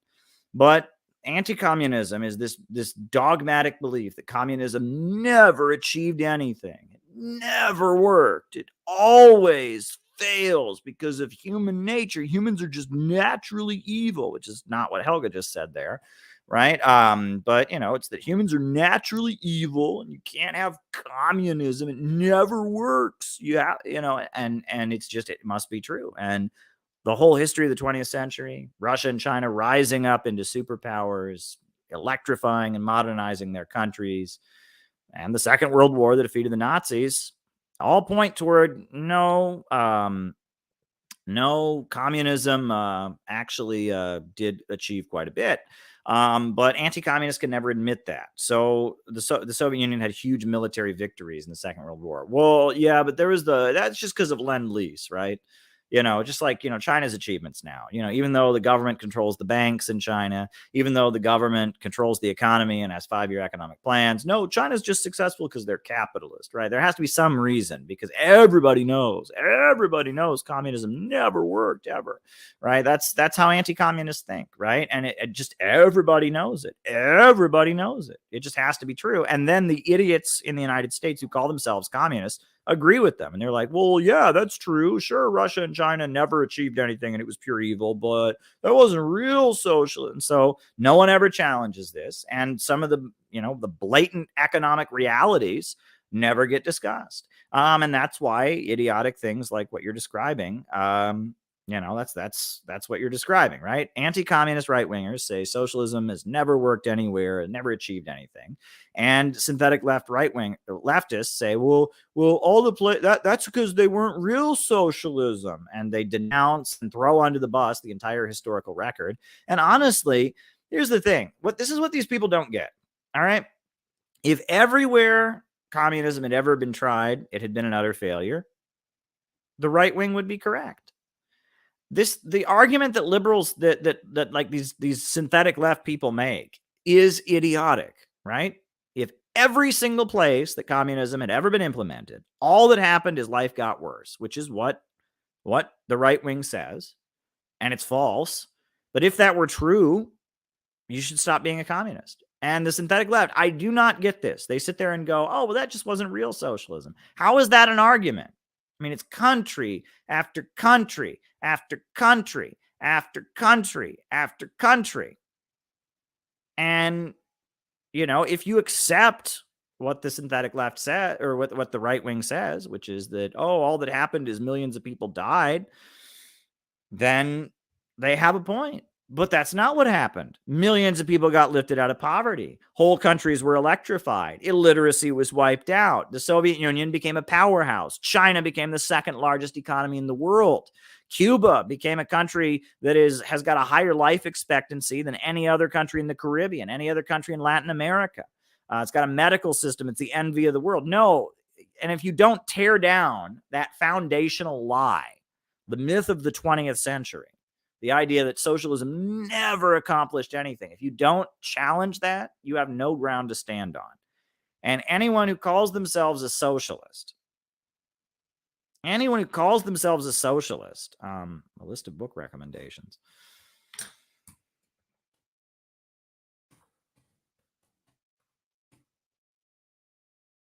anyone who calls themselves a socialist, if you don't, at least you can be critical of the Soviet Union. No one's telling you have to say that the Soviet Union never did anything wrong, but if you can't debunk that basic lie that socialism never had any economic successes, you've got no ground to stand on. So there you go. There you go. Next super chat question. Lee Camp did an interview with Brian Becker on the future of the anti-war movement, and Brian Becker didn't mention Brana. No shit. Look, Brian Becker is a hustler. He has turned protests in Washington, D.C. as a way to make money. Why would he mention the competition, right? He's already maneuvering against the February 19th anti-war protest. I'm sure he's trying to do everything he can now to pull out the stops, and they're going to have a rally right beforehand or afterwards by the Answer Coalition, and they're going to do everything they can, and they're calling it a Nazi rally because libertarians are there, and they're going to pull out all the stops to try and cancel it because PSL is protesting stuff lots or Protest Incorporated. And that's how Brian Becker makes his money, right? And, you look at the Partnership for Civil Justice and his partner, and you look at all of that. I mean, it's a good business. And a lot of college kids who join the PSL and don't realize that the people at the top are making lots of money and volunteer for a long time, for a couple of years, and then realize after 2 or 3 years that it's never really going to grow because it's not meant to grow. It's just a protest hustle. So Brian Becker and his friends can make money, and then they move on, and then he gets the free labor of somebody else. It's a scam. PSL is a scam, right? It's a protest hustle. It's a scam. They don't actually want to reach the masses. And that would be the worst thing ever, right? If the broad masses of Americans became socialists, if it wasn't a protest cage, Brian would lose everything. He's invested his whole life into being king of the protest cage and getting the permits and all of that. And he doesn't want the masses of Americans to become socialists. He doesn't want the American working class to have anti-imperialist ideas because he wouldn't control it. He wants to be king of the movement. He wants to be the head of the movement. That's what he wants, right? And he's a hustler. He's a con man. And yeah, I mean, that's all I can say about that. But, Lee Camp is a good guy. Lee Camp, he interviewed Diane Sayre too. Lee Camp will interview all kinds of different people. So, Lee, he interviewed Brian Becker, and, good for him. I mean, I like Lee's work, but Brian Becker, he ain't too deep. I'll tell you that much. His understanding of communism is very surface level. And you go to what PSL event, you've been to one PSL event, you've been to them all. Money for jobs and not for war, right? I mean, PSL, they've got, am I going to do this? Am I really going to do this? I think I'm going to do this. I've been tempted to do this. Folks, this is why, if you are like an intelligent person, PSL is not for you. I'm going to show you this ad. Right? This is an ad that PSL has made about why you should join the PSL. And any group that would make an ad this disgusting is not a group you should join. I'm going to show you this ad. This is an ad. This is actually an ad. I didn't make this up. This is not satire. This is an actual advertisement that PSL made for why you should join the PSL. And I'm going to show you this video. And if you see this video, you will understand why PSL, ain't where you belong. And let me just pull it up. I mean, you should watch it, right? They got their YouTube channel here, and I will show you an actual advertisement that PSL made, right? And this will tell you everything you need to know about this organization. And I'm going to pull it up here. I just got to scroll down, right? I think this is the one, right? Is this the one? Yeah, this is the one, right? This is the one. This is the ad. I think this is the one. Let me make sure this is the one, but I think this is the one. Yeah, and I'll show you this ad, and this will tell you why. This is what I dealt with. I was in the Workers' World Party, which is what PSL split from. It's like PSL done not as intelligently, but it's the same kind of shit. And I mean, it's like, if you are intelligent, if you actually read books and you understand Marxism, you don't belong in PSL. You don't belong with these people. And once you see this ad, you will know why. You will know why, right? So there we go. All right, it's downloading, right? And this is the level of intellectual depth that this organization offers, right? And there you go. I mean, this is the socialist movement. Ask a PSL member what dialectical materialism is, and see what they tell you, right? And don't ask like somebody they marginalize who is actually intelligent. Ask like one of the beautiful 20-year-olds that they promote, what dialectical materialism is, and see what the answer is. But here we go. This is why you should join PSL, right? This is their argument about why you should join PSL, right?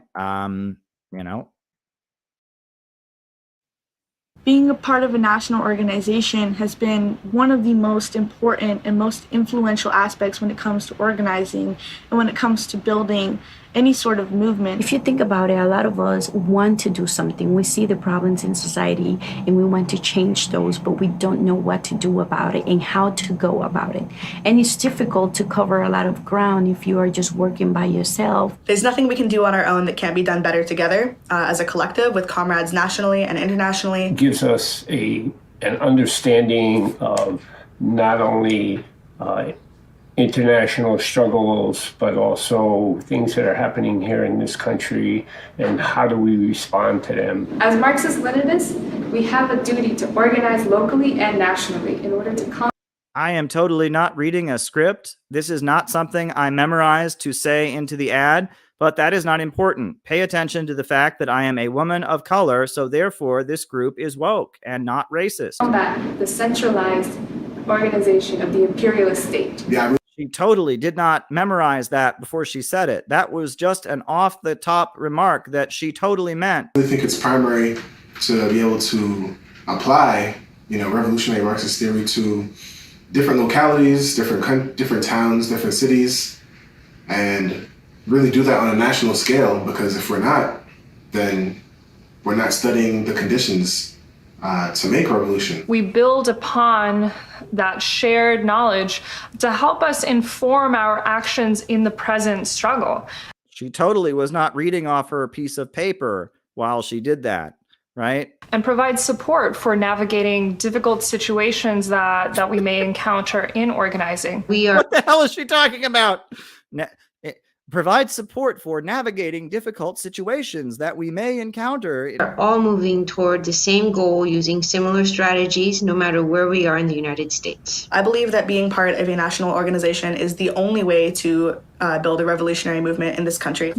I believe that being part, she totally isn't reading a script there. I believe that being part of a national organization is not, but that's not important. Remember, she's a woman and she's not white, and that proves that they're the revolution. They're the vanguard. A member of the Party for Socialism and Liberation is not like being in other organizations. It's not signing a card.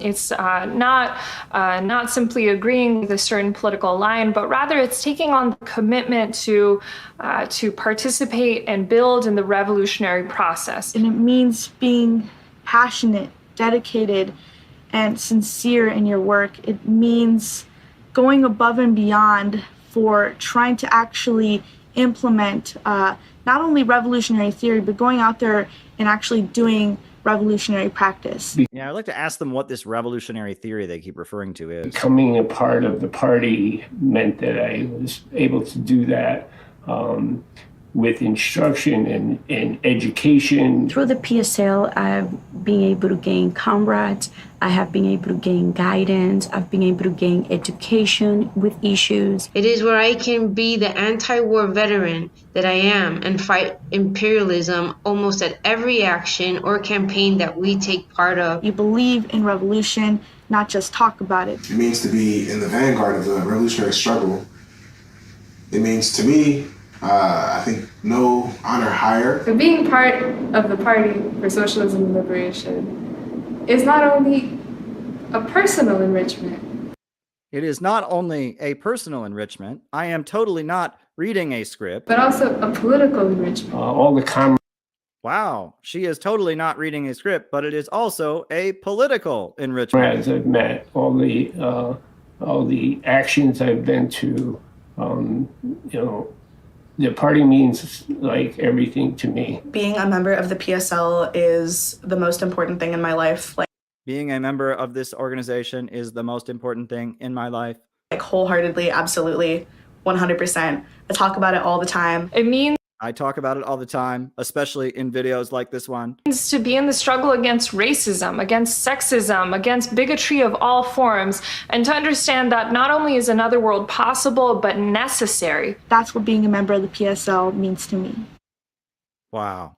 Wow, guys, you should all join PSL because they have people of diverse genders and races, and they do lots of protesting and stuff. They're like against racism and like sexism, and they can navigate difficult organizational situations. You should join the PSL, right? Don't listen to me. Don't listen to me and my like, what is this, overproduction and capitalism and socialism and studying what China's doing in Vietnam. Don't listen to me, guys.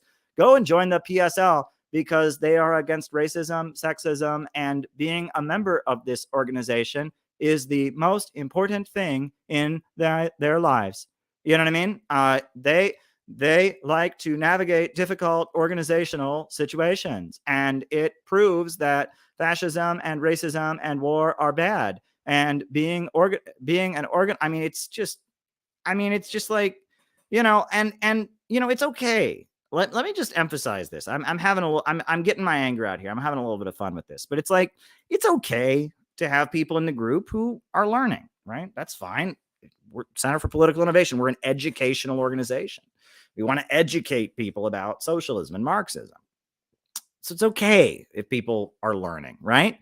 But the thing is that the reason that video looked like what it just looked like is because you're not allowed to be smarter than Brian Becker, right?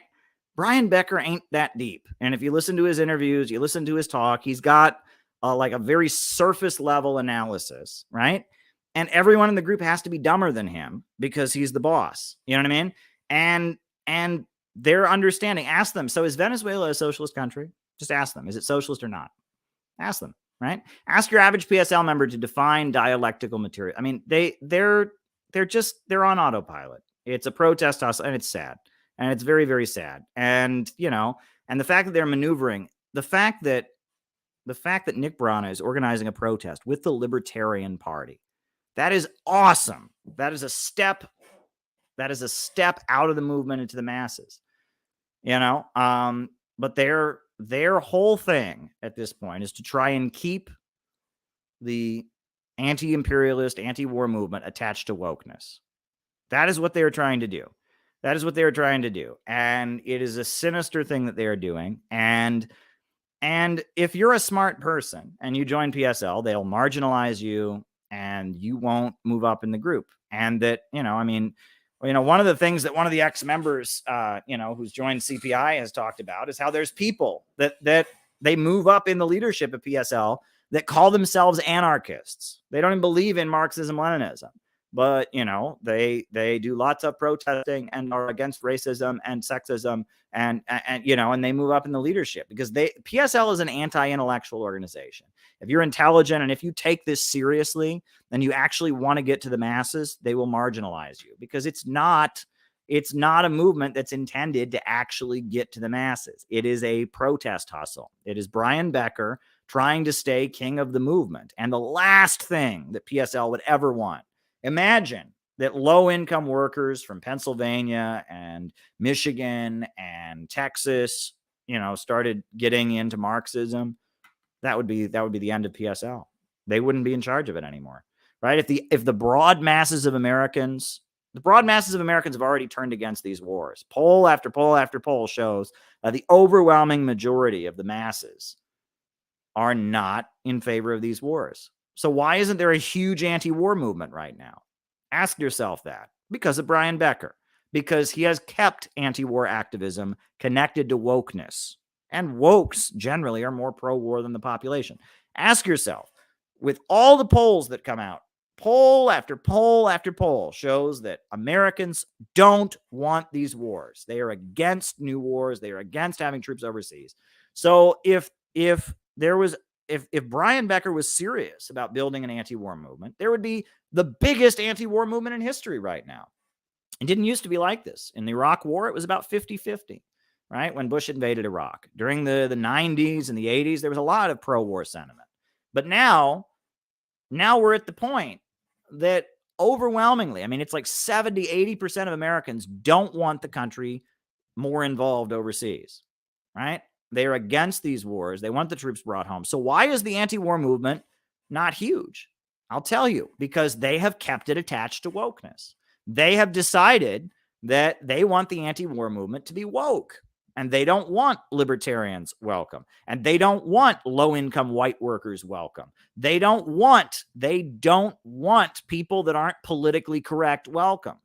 That's why, right? They have kept the anti-war movement attached to wokeism. They have kept it attached to wokeism, and they have a disgusting politically correct atmosphere in their organization where they're constantly purging somebody for being a racist or a sexist, and they're constantly shutting people down, and they are the reason. And now Nick Brana is looking to build this huge anti-war protest on February 19th. And is Brian Becker promoting it? No, he sees it as something getting in the way of his hustle. So no shocker there whatsoever. No shocker there whatsoever. There you go. There you go. All righty. All righty. Can Tulsi switch parties and win the Republican primary? Well, she's already quit the Democrat Party, and so now she's she's going on Fox News. She sounds a lot more like a Republican these days, and some of the things she says I don't agree with. But she's not a Republican yet. She's independent at this point. Someone asked me my thoughts on the size message to the mainland. I didn't see it. And that's, she's not a real president. I mean, Taiwan is part of China. I do not recognize the government on Taiwan. That's an illegitimate government. She's an illegitimate leader. There is one China, the People's Republic of China, on the mainland, headquartered in Beijing. So I have no interest in what that woman has to say. I have no interest in what she has to say. None. All right. How does Russian capitalism overcome the inherent contradictions of capitalism? Well, here's the thing you have to remember, okay? Right? So is Russia capitalist? Yeah, I'd say. They had a counter-revolution in the 90s, and, a lot of the state apparatus, like the security services and stuff, was remaining intact, and there were a lot of industries that never got privatized, but there was also a big counter-revolution, and they don't believe in Marxism anymore. But at this point, the Western capitalist world is boycotting Russia. Right? They've barricaded Russia economically. Who is Russia trading with? China. That's a socialist country. Who is Russia trading with? Iran. Not capitalism, but Islam, a revolutionary anti-imperialist country. Who is Russia trading with? Cuba. They just built a monument to Fidel Castro in Moscow. Right? Who is Russia trading with? Venezuela. Vietnam. North Korea. North Korea and Russia are very close. So it's like, okay, you want to sit there and go, well, Russia is capitalist. It's like, okay, so how would Russia be different if it was socialist? Like at this moment, right? I mean, they have state control over energy. They're tied in with the alternative global economy that's centered around socialist countries. They're arming and defending the communist people's republics of Donetsk and Lugansk. They're aligned with Belarus, that is still a socialist country. They call it the last Soviet republic. It has a state-run economy. The Communist Party is the biggest party there. They never privatized things in the 90s. It's like, so if Russia was, like, what would Russia be doing differently if they were a socialist country? Maybe there'd be less inequality, less corruption. But you look at it, it's like when people are sitting there, well, Caleb, Russia is capitalist. It's like, that doesn't fucking matter. That's like the most irrelevant. That's like the most irrelevant point, right? We can write that down. It doesn't matter. I mean, it's like, okay, yeah. I mean, yeah, Putin came in as a Bonapartist, but then there was this whole state apparatus left over from the Soviet days that they surged into, it's like, I don't get like okay, so Russia's capitalist. And your point is, what's the point? It's not the Soviet Union anymore. No one thinks it is. But at this point, its economy is so tied in with socialist countries. It's aligning itself with socialists and communists around the world. Every communist government that's in power supports Russia. The Western capitalist economy has barricaded and blocked Russia out of it. So, like, what's your point? You're like, yeah, they're not socialist. Oh, okay. I mean, and you know, and your point, like I'm like, it's like such an irrelevant thing. And the fact that Becker and all of them make a big show of this, oh, Putin spoke bad about Lenin, I denounce, that shows they're pandering to the imperialists. That's all that is, right? All the communists in the world that are real communists support Russia. The communists in Vietnam, they support Russia. The communists in North Korea support Russia. The communists in China support Russia. The communists in Laos support Russia. The communists in Belarus support Russia. The communists in Cuba support Russia. The communists in Vietnam support Russia. The communists in Venezuela support Russia. It's like, you know, Russia is economically tied in with the communist world, and it's economically cut off from the Western capitalist world. Russia is a good friend of all the communist countries. Russia is currently engaged in a war to defend communists who took power and created people's republics in Donetsk and Lugansk. I mean, it's like, okay, Russia, is it technically capitalist? Probably. Why does that matter? Like, and people who say that, all you're doing by saying that is you're doing this performative thing to the imperial. Don't worry, Russia's not communist like me. Oh, shut up. Shut up. That's all you're doing, right? Is you want to disassociate yourself from Russia. That's all you're doing. You want all the negative things that are said on TV about Russia. You want to be able to say, well, I'm not like them. They're you know, it doesn't matter.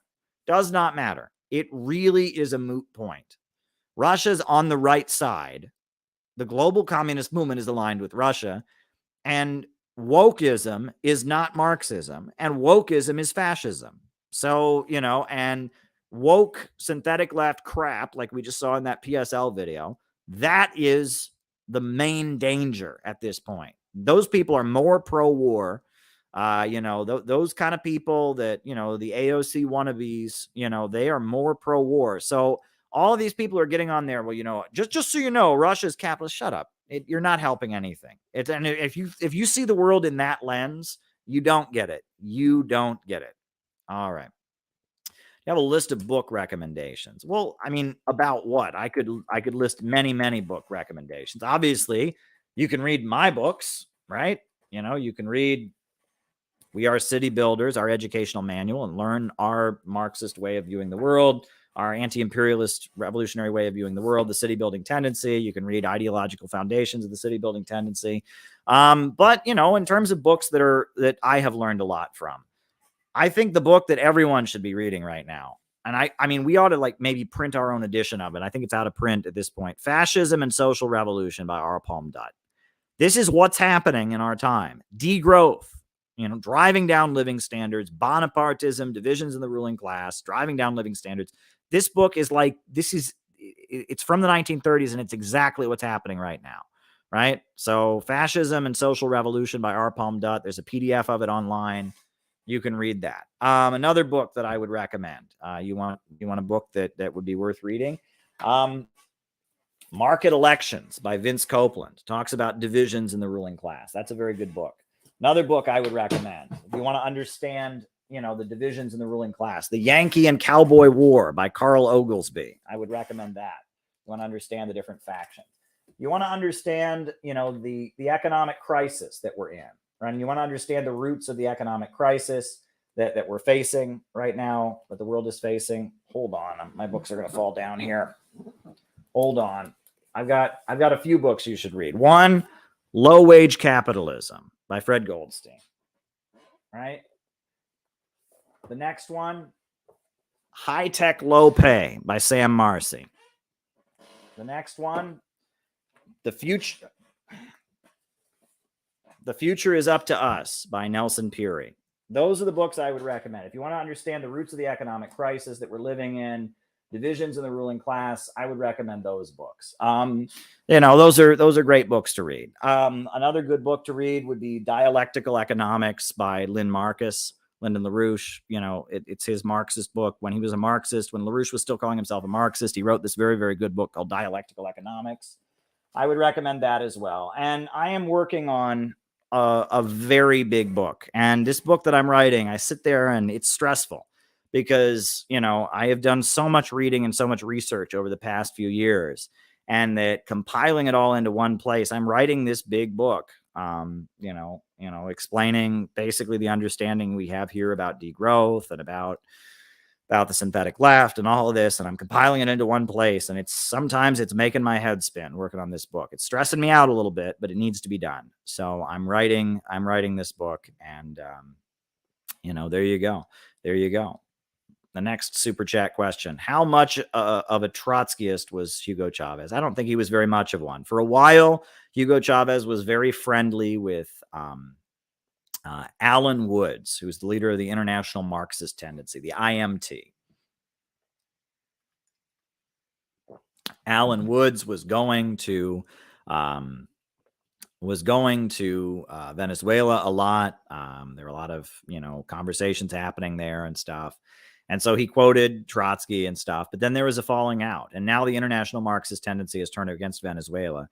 And Venezuela is very friendly with all the socialist countries, and Trotskyites generally hate all the socialist countries. So there you go. There you go.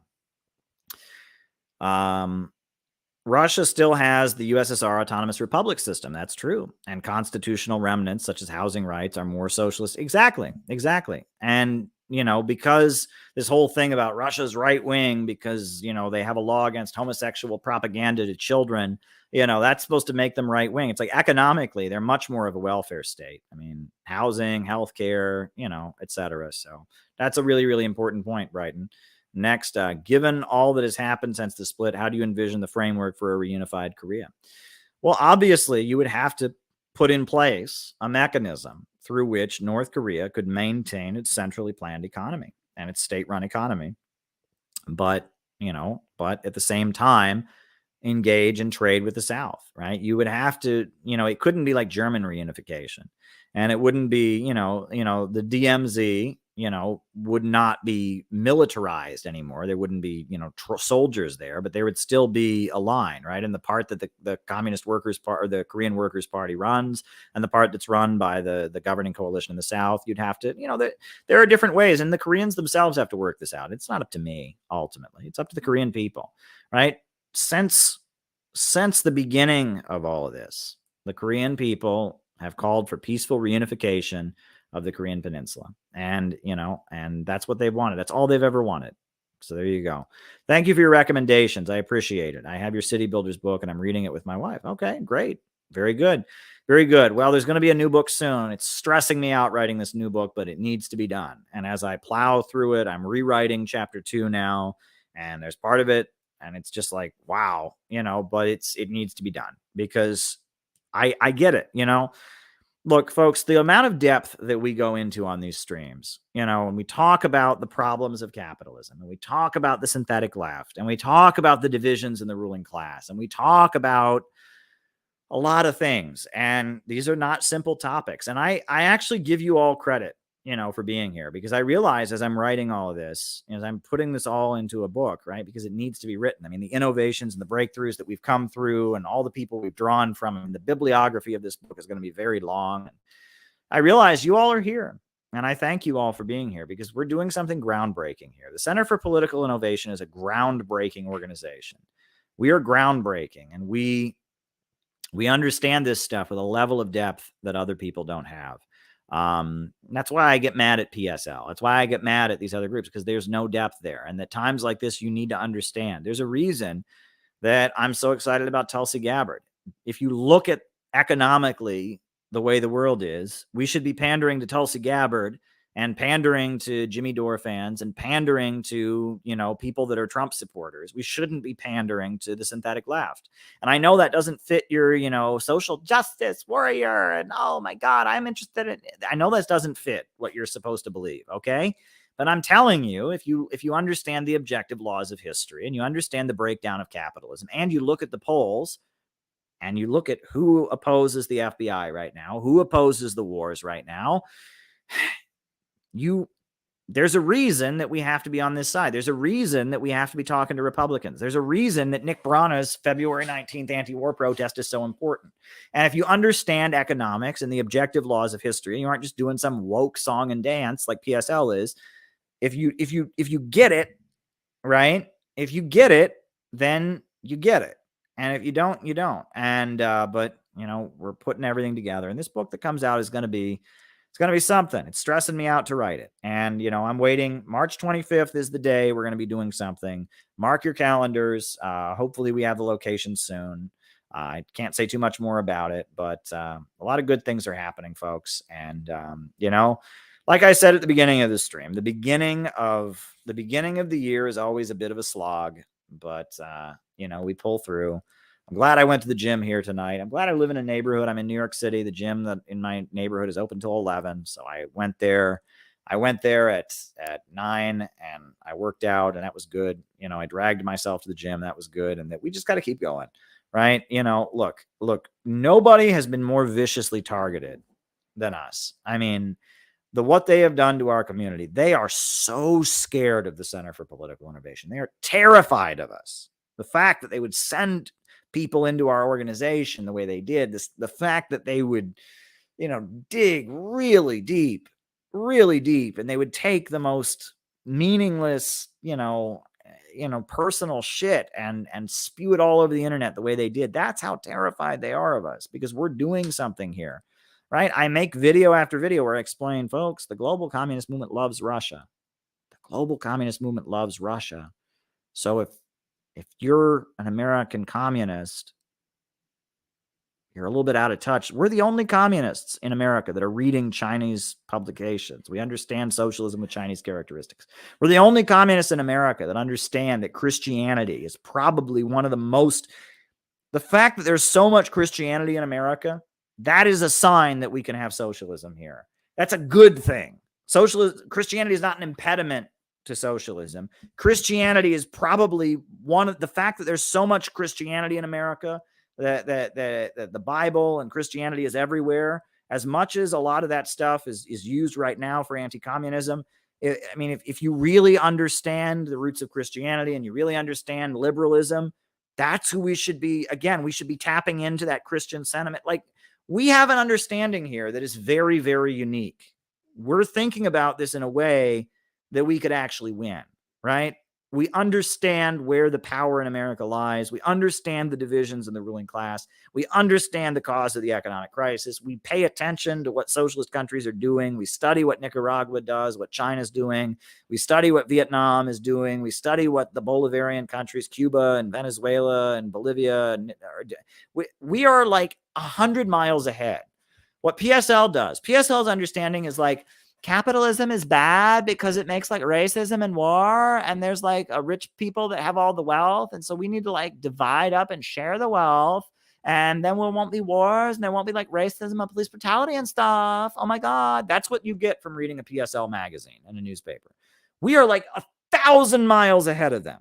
You know what I mean? Like, we're like taking this, we are talking about Bonapartism and divisions in the ruling class. We're talking about the tendency of the rate of profit to fall. We are talking about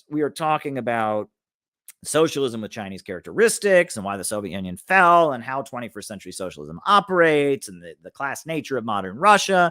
And we're talking about the divisions of the ruling class between the military industrial complex and between the Eastern establishment and the higher levels of capital.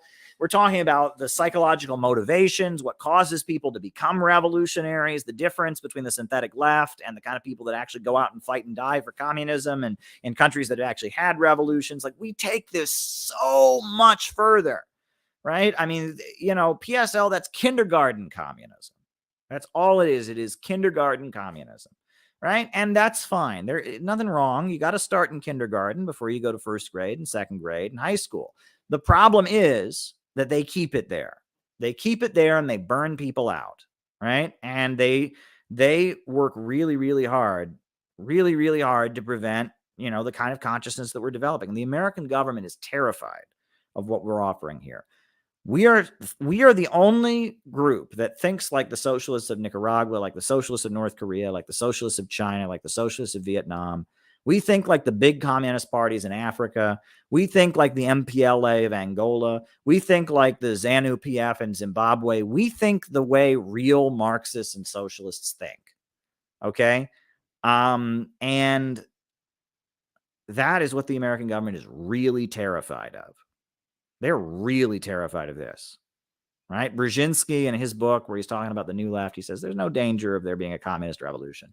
The New Left has no base among the masses. There's no economic crisis. Now there is an economic crisis. And now there's a lot of working class Americans that are ready to fight. And some of them were so fired up against Joe Biden and the liberal order, they stormed the Capitol on January 6th. Now, I don't endorse that, obviously. But the fact that they were that passionate, and the socialist movement, it never occurred to these people, like maybe some of those people, they're with Trump, but they should be communists. Never occurred to these people. Never occurred to Brian Becker and any of them that, like, geez, all these people that were fired up with militancy against the FBI and the government and the deep state, so much so they stormed the Capitol for Donald Trump. You don't think any of them maybe should be communists and socialists? No, they're all just racist. That's what Brian Becker would say if he was. They're all just racist. They're racist. It's like, oh, okay. All right. Very good. Oh, they're all racist. All right. Very good. All right. They're racist. Right. There you go. And you know what Mao did during the Chinese Revolution? He would go into a village and he would go and he would see if the peasant families, if the women were in a subservient position in 1920s China. And if these peasants, if the women, were treated inferior to the men, Mao would be like, this village is sexist. I'm not going to recruit them. They're sexist. These peasants, that's what he did, and Mao, he would go into villages in Chinese mainland and he'd say, now do you all like Tibetans? And if they said anything negative about the Tibetans, he was like, oh, you guys are racist. You're racist. And he never organized them, right? I mean, Mao understood you can't work with sexists. You can't work with people that have patriarchal traditional beliefs. You can't work with people, in one region or one demographic that are bigoted against another. You just got to write them off, right? That's what you just got to do, right? If the working class in your country, the broad masses of people aren't good enough to be part of your woke club, you just got to write them off. And you just got to organize a protest hustle in Washington, D.C. That's what you got to do, right? If the broad masses of people, the working class, the ones who could actually make a revolution, aren't good enough for your little woke masturbation, then you just have to ignore them, right? That's how you make a revolution. Duh. Haven't you read Judith Butler? Oh my God. Ugh. Makes me mad. As a libsoc, I wish they read Makhno's final piece where he said point blank that anarchists should support the USSR and oppose fascism at all costs. I did not know that about Makhno, Brighton. That is interesting. I did not know that about Makhno. That's pretty wild. But there you go. Folks. I mean, it's like, Frances Dostal, the communist who recruited me to the Workers' World Party, one thing she said to me over and over again, it's the only working class we've got. Meaning, your job is not to tell people that the broad masses of Americans are racist or sexist or homophobic. Your job is to win them to communism. It's the only working class we got. And the fact that polls show overwhelmingly people are against these wars and the anti-war movement is smaller than it's ever been. The polls show the American people are mad at the FBI. They're mad at the deep state. And communist groups that are in theory supposed to be organizing against U.S. imperialism, the deep state, are not recruiting, shows that there is a complete bankruptcy of leadership. And honestly, I wish it wasn't me. I wish that I could be stupid. I really do. I wish I could be stupid and content. But I am the kind of person that just can't do that. I wish I wasn't, as aware and understanding of this stuff as I am, because it makes my life very difficult. I wish I could just sit back and smell the flowers and be happy, maybe be a stockbroker or something, but I just can't do that, right? I see the crisis. I see things that must be done. I understand the way the world works with a level of depth that, I can't unlearn. I know about the divisions in the ruling class and the Eastern establishment and how Silicon Valley was created. I know the problem of overproduction and the tendency of the rate of profit to fall. I know why China is socialist and, even though it has a market sector, right? Of course, you win people to a better line. And you can't sit back while your village is burning. I mean, I know too much and I can't be silent with this knowledge. I have a job to do. I'm an anti-imperialist. Imperialism is in its death agony. The Western capitalist imperialist system is falling apart. And if we just sit back, in 10 years, we're going to be living in something way worse. But if we seize this moment, we could change the course of history, because we're at a turning point here. We're moving towards something like the fall of Rome, right? And, the USA, it's not going to last the way it is. The status quo is not going to survive. The question is, do we deteriorate into barbarism, or do we join the socialist alternative? And there is a basis in America for a coalition to be formed to move and join the socialist alternative, right? There are lower level capitalists who believe in growth. There is a working class that is angry and ready to fight. There is a global anti-imperialist movement. And, we could actually change the course of history. But that requires getting out of the movement into the masses. It requires rapidly changing the tactics. So there you go. All right, folks, it's late, but I'll be back. I might stream tomorrow night. I think I probably, we'll see. I'm definitely doing the interview with doing the podcast tomorrow. We'll see if I stream tomorrow night. But regardless, we'll be back. We'll be back soon. So stay strong, comrades. Stay strong. We're going to put on the closing music here. New upsurge in the struggle against U.S. imperialism is now emerging throughout the world. Ever since World War II, U.S. imperialism and its followers have been continuously launching wars of aggression. But the people of various countries have been continuously waging revolutionary wars to defeat their aggression. While the danger of a new world war still exists, and the people of all countries must get prepared, revolution is the main trend in the world today.